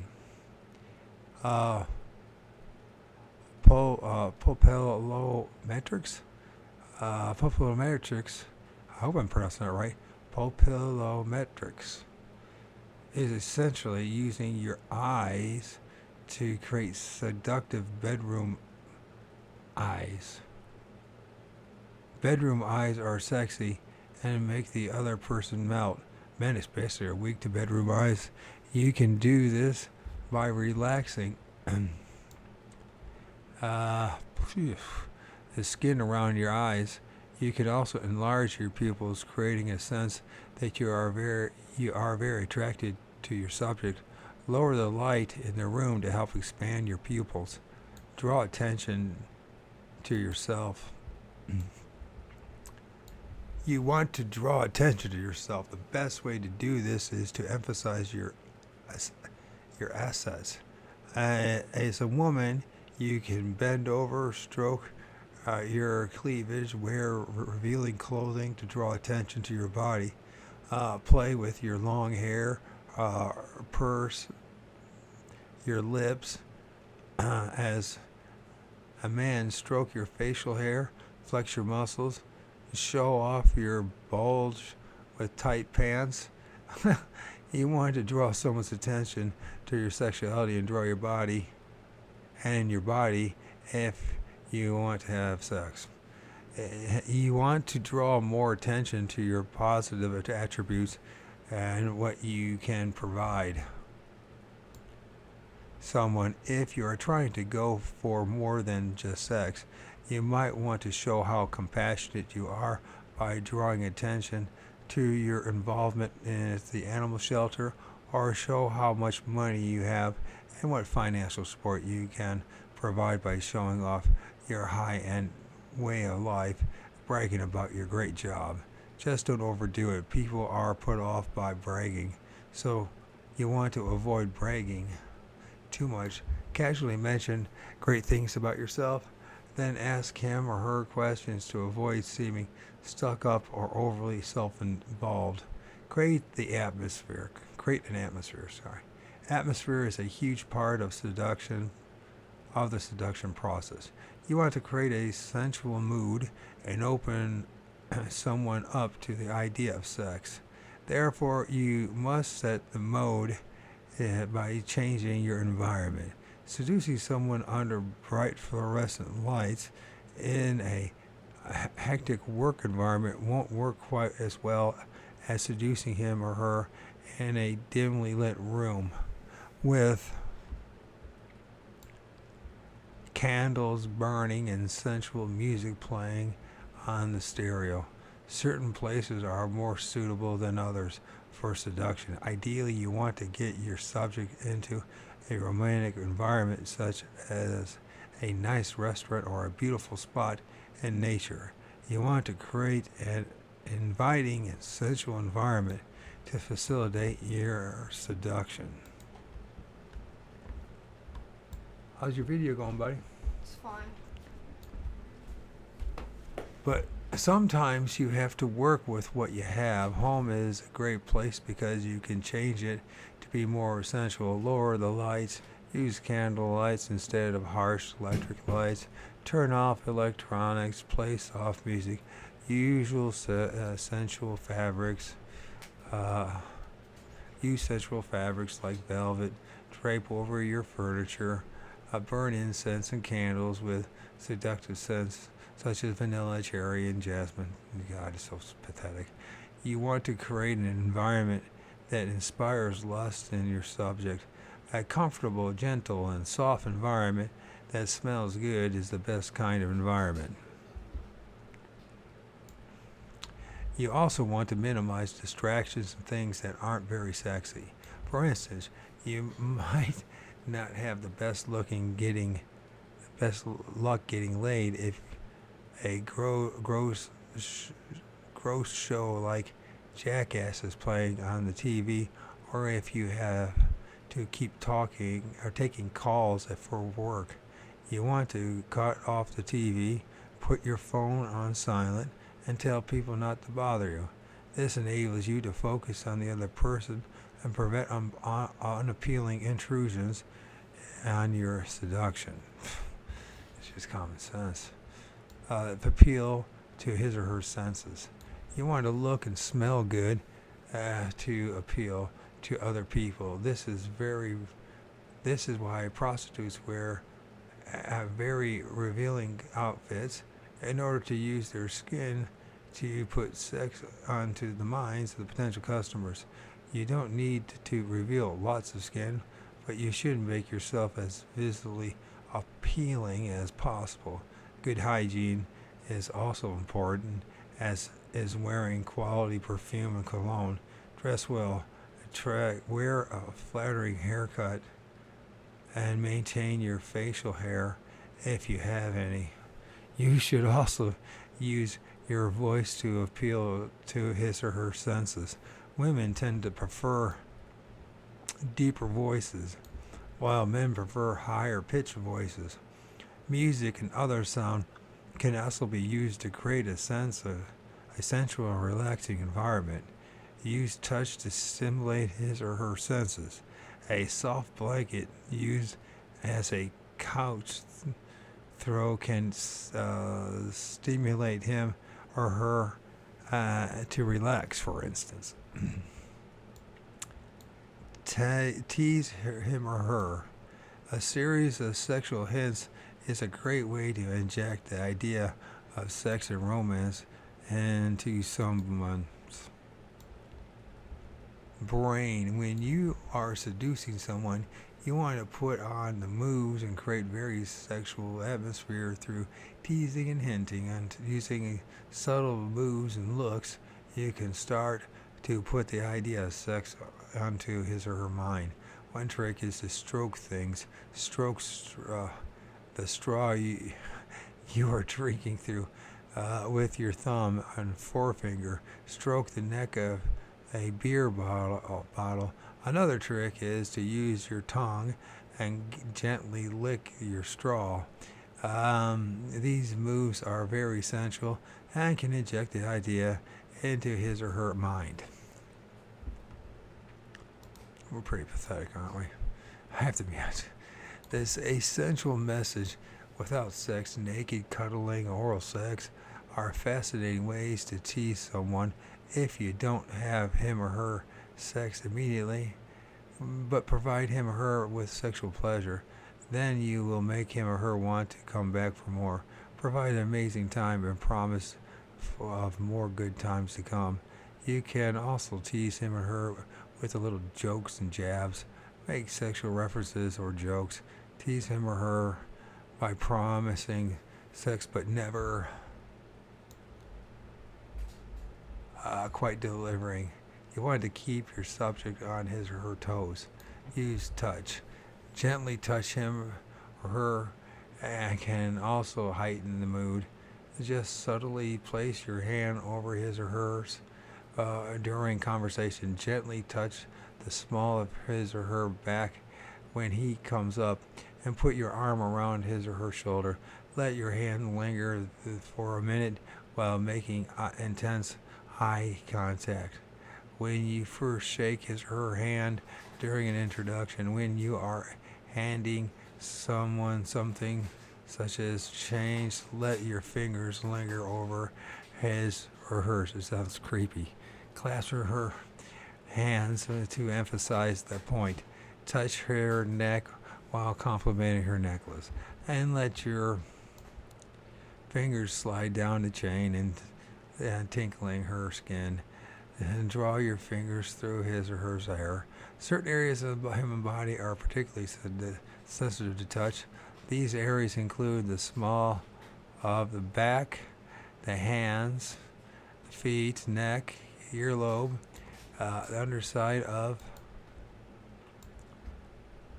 arms. Touching these areas will cause almost immediate arousal. A physical touch will make him or her want to experience more. It will also create a bond very quickly and will strengthen sexual attraction.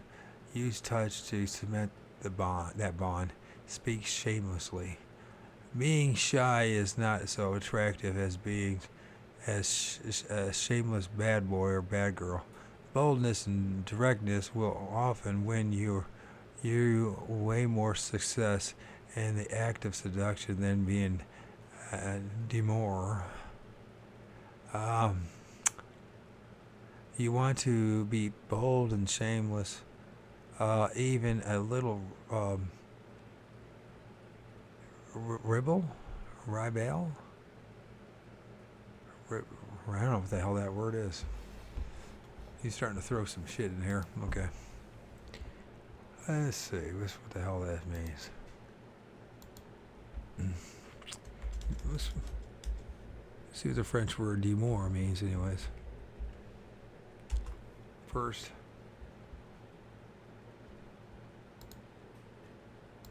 Demure. Demure. I guess demure.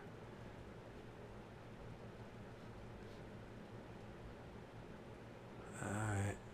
Why? Oh, I want to know why.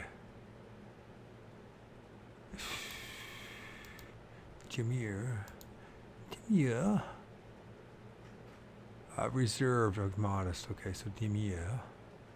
So the next thing is this one right here.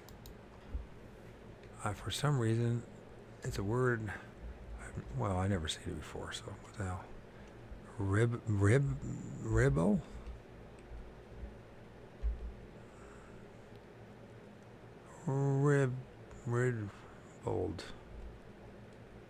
What the hell is ribbled? I never read. Maybe I heard it before, but I just. Ribbled.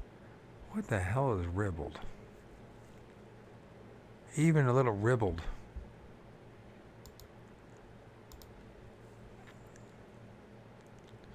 Ribbled means vulgar. Okay.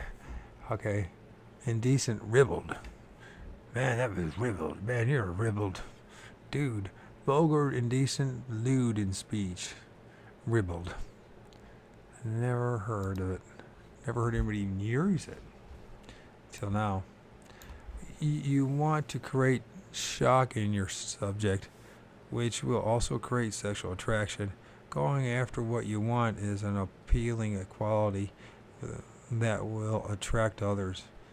That shows you have to be young too and all that. I mean, I'm 56 and I'm like, just thinking about this stuff now at my age. Talk about a creeper and I ain't gonna do this shit. I mean, if it was 20 years ago, maybe, but not today. It's great. It's a great idea to just tell the person that you want to make love to him or her. Of course, you want to set this up over time by creating an atmosphere. But once he or she is ready to already hooked, and can't stop giggling at your jokes. I was trying to tell my son he had to learn jokes. He can't get him to do that. They're going to end up like me, have no jokes in them. Touching themselves and leaning into you, and you can work.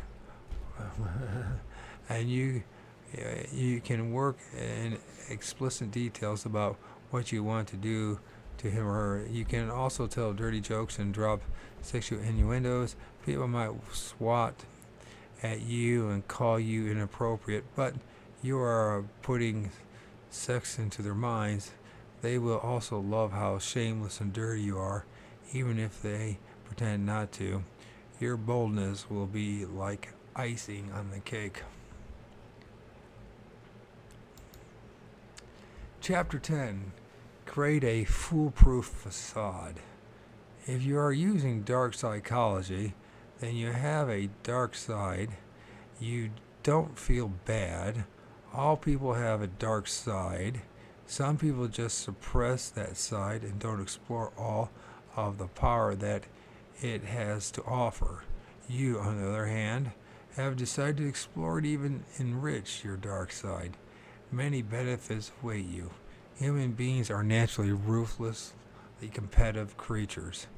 The only ones who succeed are people. It all depends what you mean success is, though. That's other things. Are ruthless competitive creatures.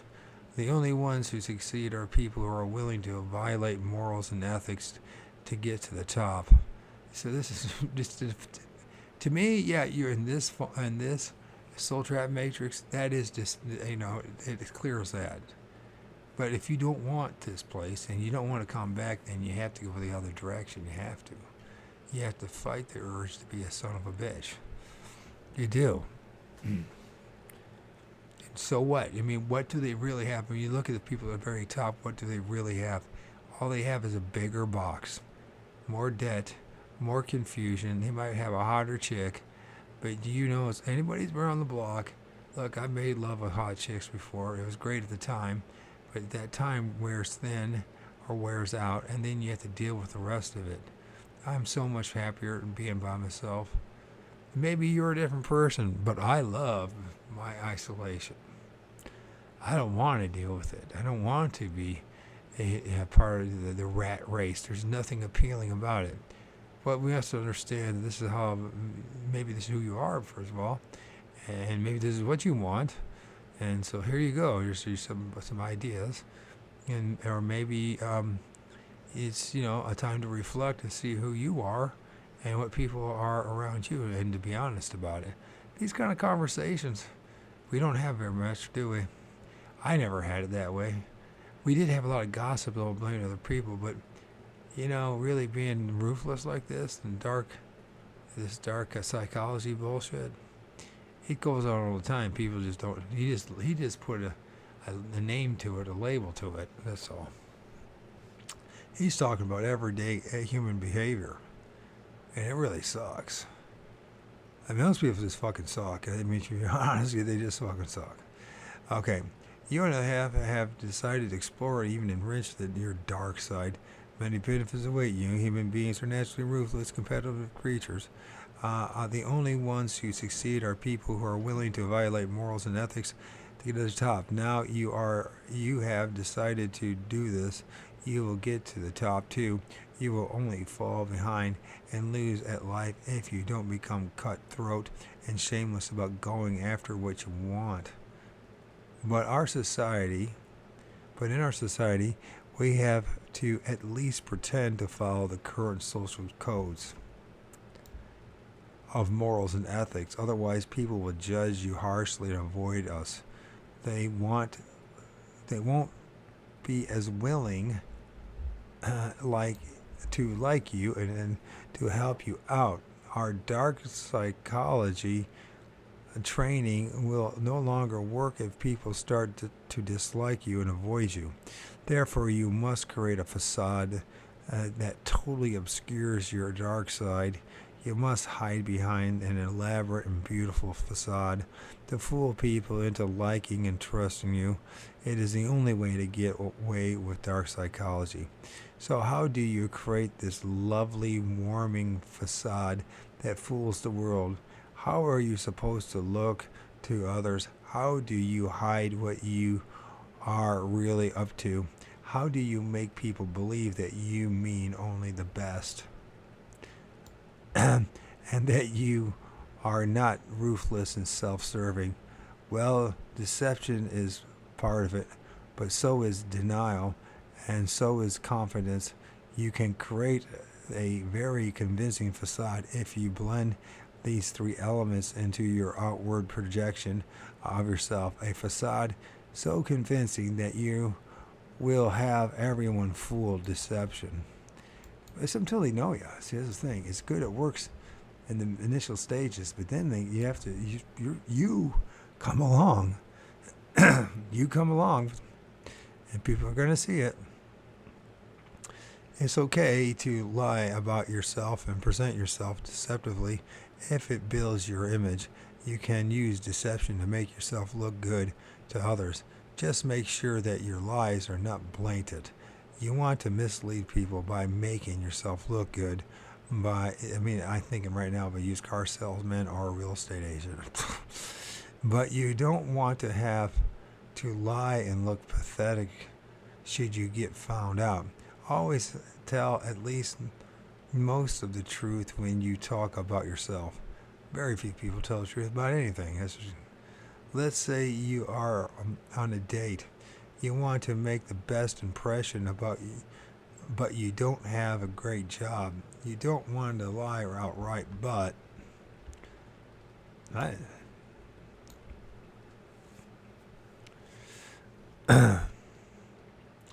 but your job. Okay, stories. You don't want to lie outright about your job, as you might get caught. Instead, talk up your job and use words that exaggerate the importance of your position. It's making me sick to my stomach reading this. But this is how people think. This is the resume. Focus on your strengths when you speak about yourselves too.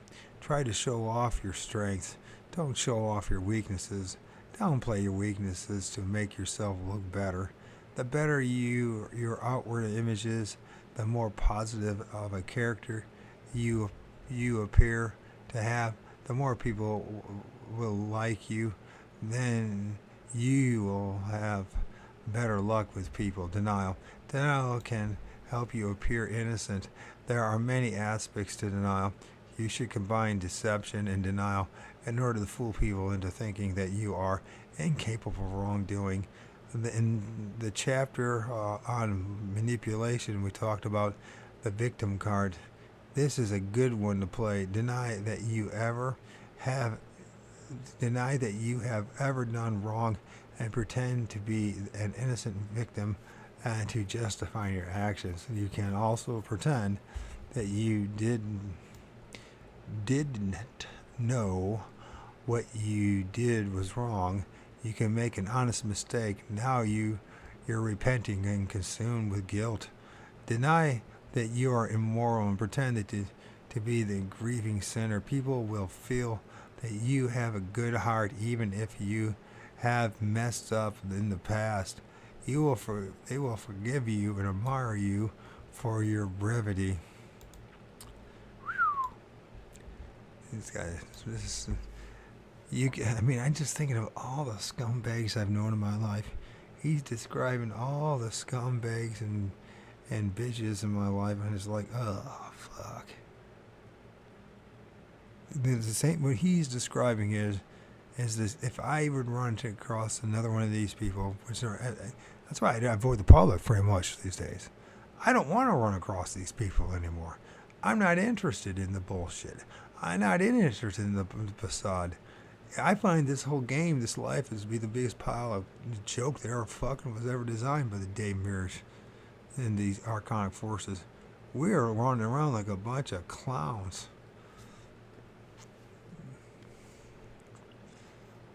Bunch of pig heads with painted clown faces. Anyways, you can also just flatly deny that you have done what others say about you. Act shocked when you hear stories about yourself. Then tell the people some stories of your own discredited to discredit those who talk badly about you, and deny that you had any involvement in any wrongdoing in the past. Or you do the best thing, and what I think is, just stop being a fake. Stop being phony. You know what I mean?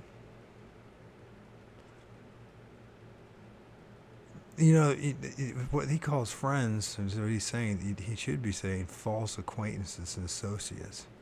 People that will soon leave you the moment, the gravy train is, what is it, when the gravy train runs dry, or whatever the hell the phrase is. Anyways, it's just a waste of time. The best thing to do is just fill your mind with knowledge and truth, and stop interacting with a bunch of scumbags. A bunch of rambling, talking heads that have nothing to say. Hot air coming out both ends. The clown show is ridiculous. I'm so uninterested in being part of the clown show. I'm so happy that I am, like I said, you go along with the crowd. I'm going to talk to that tree, because I know for a fact, from after 55 years of living, that tree's going to tell me more of this was worthwhile than that crowd. Just saying. Confidence is the key to creating an innocent and believable facade. In fact, confidence is the key to getting others to like you. People are attracted by those who possess healthy confidence and ego. If you project confidence, you will draw people to you, and then your facade will definitely work. You have noticed that vain and narcissistic people are usually the most popular and well liked. That's the percent. No, that's. It doesn't mean anything though. So what? So what? So you got 20 people, crazy asses, hanging out with you. That doesn't mean shit. Oh, well, self-preservation. Outside of that, exploiting, using them, and them using you.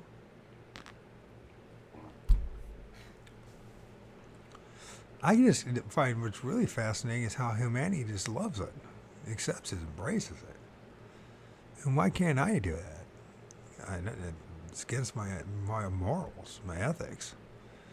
I don't want to be in a group of fucking phonies. All of, their Chester K smiles and all the bullshit and hot air coming out of their mouths. It's so boring. I can't stand it.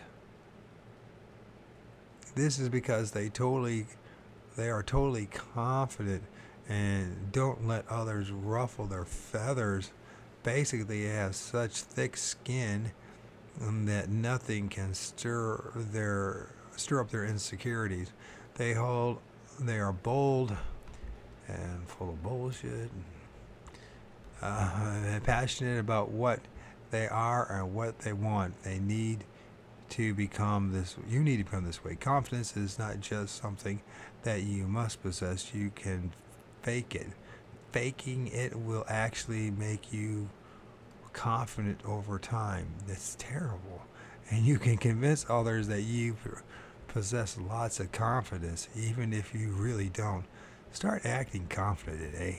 And it all lies in body language and speech. If you walk with a straight spine, look people in the eye, speak first, you'll appear far more confident. And you should also speak very directly and avoid stuttering and being inarticulate. Doing this will make you appear like you have nothing to hide and nothing to be ashamed of, which will inspire trust and admiration in others. Oh my God, it makes me sick. My stomach grins. This is partly why confidence is so attractive. You may also establish dominance over others by being confident, which gives you that authoritative edge that is so beneficial in persuasion. You could also take being confident a bit further. Being cocky may go against your nature. Blah blah blah blah. Your sense of modesty. It's really the best way to charm people.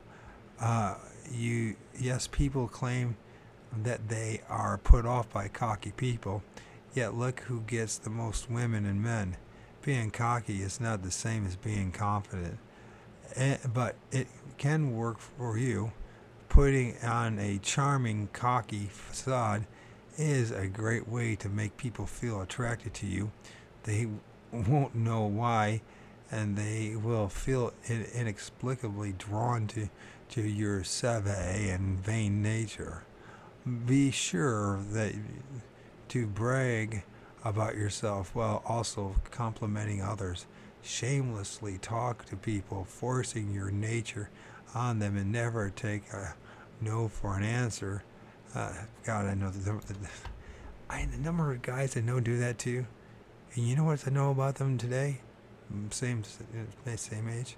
They're either fucking dead or they're fucking in worse shape than I am. So, yeah, I guess they had that moment that playing in the role, and I watched it, and I was like, I lost a shitload of respect over people watching it, especially women. After watching all the things that I've in the first 20, 30 years of my life of how cocky, dumb assholes were getting women, I realized there was women. Oh my God! First of all, they seem to be more sexual than men, and secondly, as that's all it takes, they weren't worth keeping. So you know what? Wham bam, thank you, ma'am. That's how I saw it.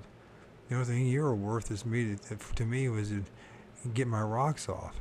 Which, by the way, Rosie Palm could have done the same damn thing. So in the end, it wasn't worth it. And I didn't know if I wasn't going to put any money into it. That's what was my attitude.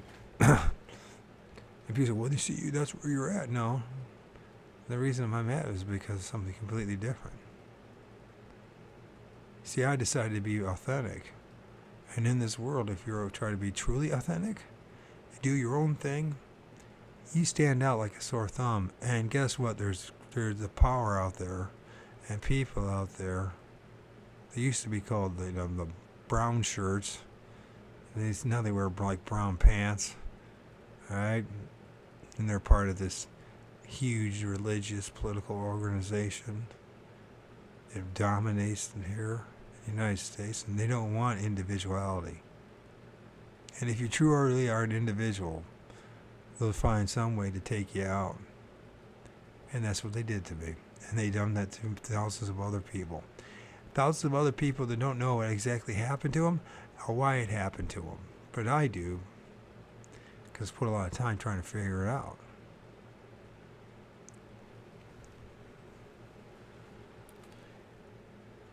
If this world was really that encouraging for you to be an individual, there'd be so much more diversity in art and music right now. There would be pubs and there would be bars and there would be all sorts of places to play music and art.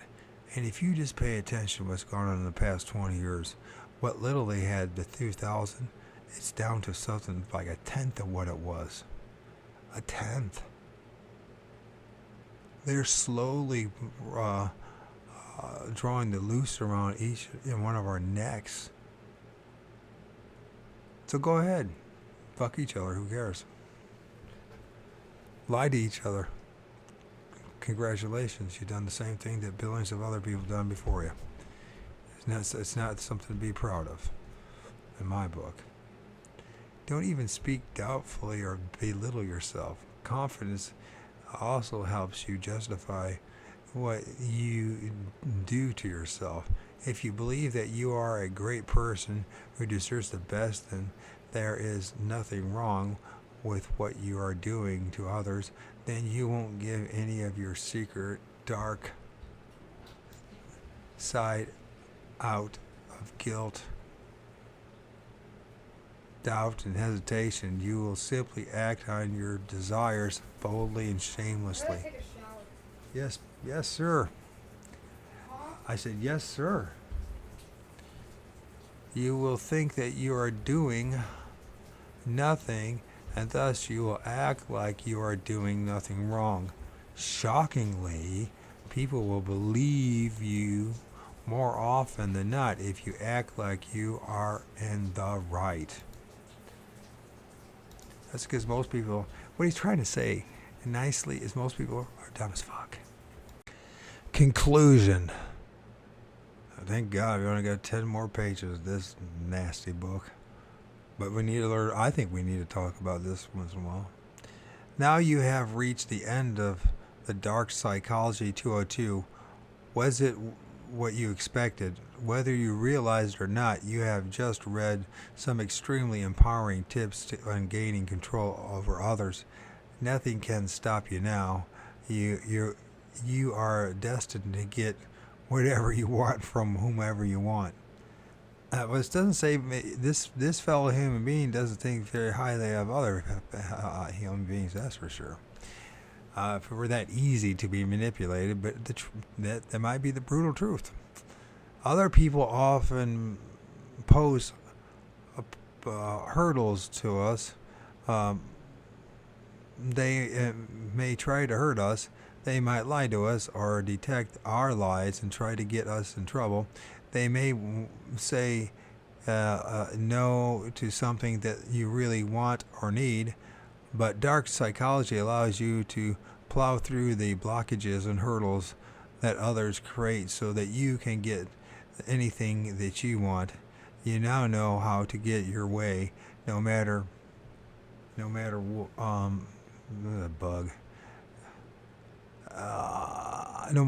what anyone tries to tell you. You now have a free access card to enter the minds of others. You have the power to plant ideas into others' minds and to persuade people to give you your way. You also have the ability to achieve anything you want with others. People won't be able to say no or hide things from you. They will be unable to resist your powers. These are pretty high claims here. Above all, you have power over your enemies. You can destroy people without going to jail. You can win power wars and make your way up at work. If someone is bullying you, you can end it once and for all and gain their respect. You can get your way if you are able to shamelessly beat down others and climb to top. Pathetic. The best of all, you have the power to befriend and seduce anyone. Imagine what doors you can unlock by knowing the right people. In this world, it's not about what you know, it's rather who you know. Knowing the right people is not helpful, however, unless people like you. And when people like you, they will do anything for you. They will also create a reputation that makes you will also create a reputation that makes others like and trust you. And when you have this reputation, people won't usually stand in your way. If someone does well, you now know what to do to work around this difficult person. You need to lie. You need to know how to lie without getting caught. Using the tricks contained in Chapter 7, you'll be the best liar around. I mean, that's pretty much what this world's about. It's about being the best liar. It's really pathetic. You could even fool the FBI expert who can read liars from a mile away. This means that you will no longer get caught in lies, and you can deceive or to trick anyone else. You can also cover your tracks. You can also learn how to be very stealthy and discreet. No one will be able to catch you using dark psychology. People also won't be able to catch you if you do something wrong. You are the king or queen of the covert. You can get away with anything. Knowledge is powerful. Your knowledge of dark psychology is something that most people won't want you to have. You can use this knowledge to become an absolute monster if you so choose. Hopefully you will use your conscience and avoid employing these methods for evil. Instead, you will use these methods for good. You will become a ninja at getting your way, and you will always have the good intentions. You can use these methods to build healthier relationships, bring about organizational change at work, influence people to do right rather than wrong. You don't have to use them for evil purposes to destroy lives with them. Of course, it is entirely up to you how you use what you have learned in this book. However, you choose to use this knowledge, you now have a lot of power over others. You can get your way in any situation with any person. You can influence and change people, molding them into your slaves, metaphorically and literally. You can change your life and pave the way to your own success. How you choose to use this power really affects your karma, so be careful. Also, make sure to always be stealthy. No one likes to be manipulated or controlled mentally, and no one will like you if you are a known manipulator. You can lose a lot of people if you reveal your hand. Be extremely stealthy using the methods covered in Chapter 8 and 10. Don't overdo it, and use this method when you don't have to. The less that you employ dark psychology, the least likely you will ever. Okay, let's try this. The least that you employ dark psychology, the least likely you will ever be found out. Hide who you really are and what you are really up to at all times when using dark psychology. Stealth is a key to making dark psychology work properly. Dark psychology is really a last resort if you can get your way by just asking, then do so. These powerful methods should only be used when you absolutely must use them. Using them to touch too much can make their powers wear out. It's also opens you up to the risk of being found out. Even if you practice stealth, people will realize that they can't say no to you, and they will become scared and start to avoid you. You want to keep these methods in your back pocket, only wipe them out when there is no way to try other methods first. Before you bust out dark psychology, with these final words of advice, it is time for us to part ways. Thank you for reading, and your life will change forever now that you possess these tools for unlimited power over others, and use this power wisely and make your life what you want. And then talk about other books. Other books available by Michael Pace on Kindle. And it says Dark Psychology 101. And then there's, they break down what that is. Dark NLP. Dark Seduction.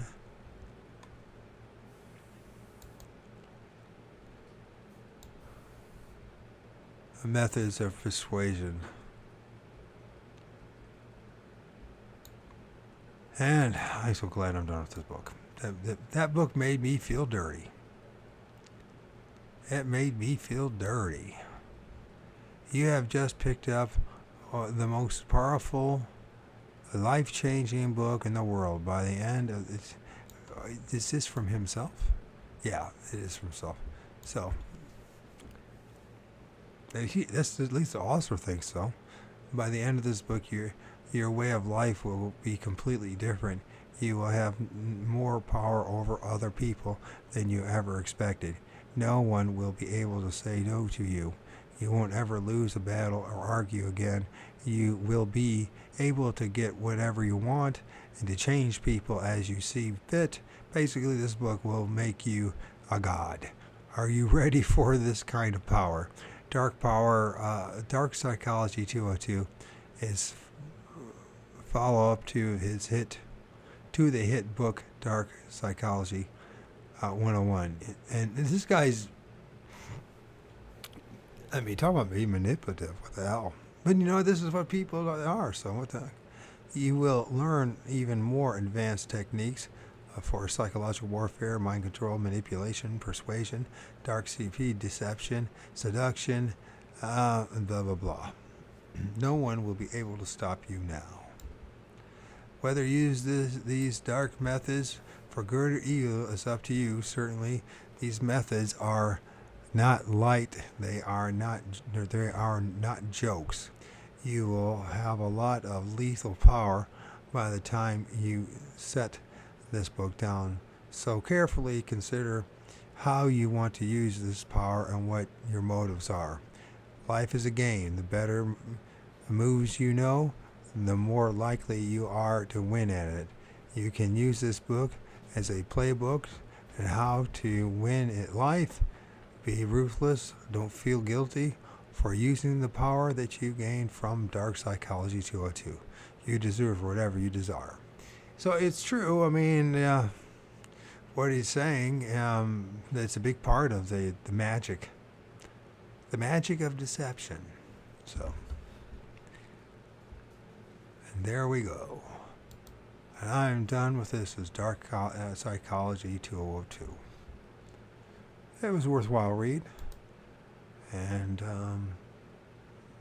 like I said, like he says, and I agree with it, it's up to you how you use it. And at least, and there's another aspect that he didn't talk much about, and that is how you can read other people, what they're up to, how dark they are, how they're trying to manipulate you. So, all right, guys, we got that done.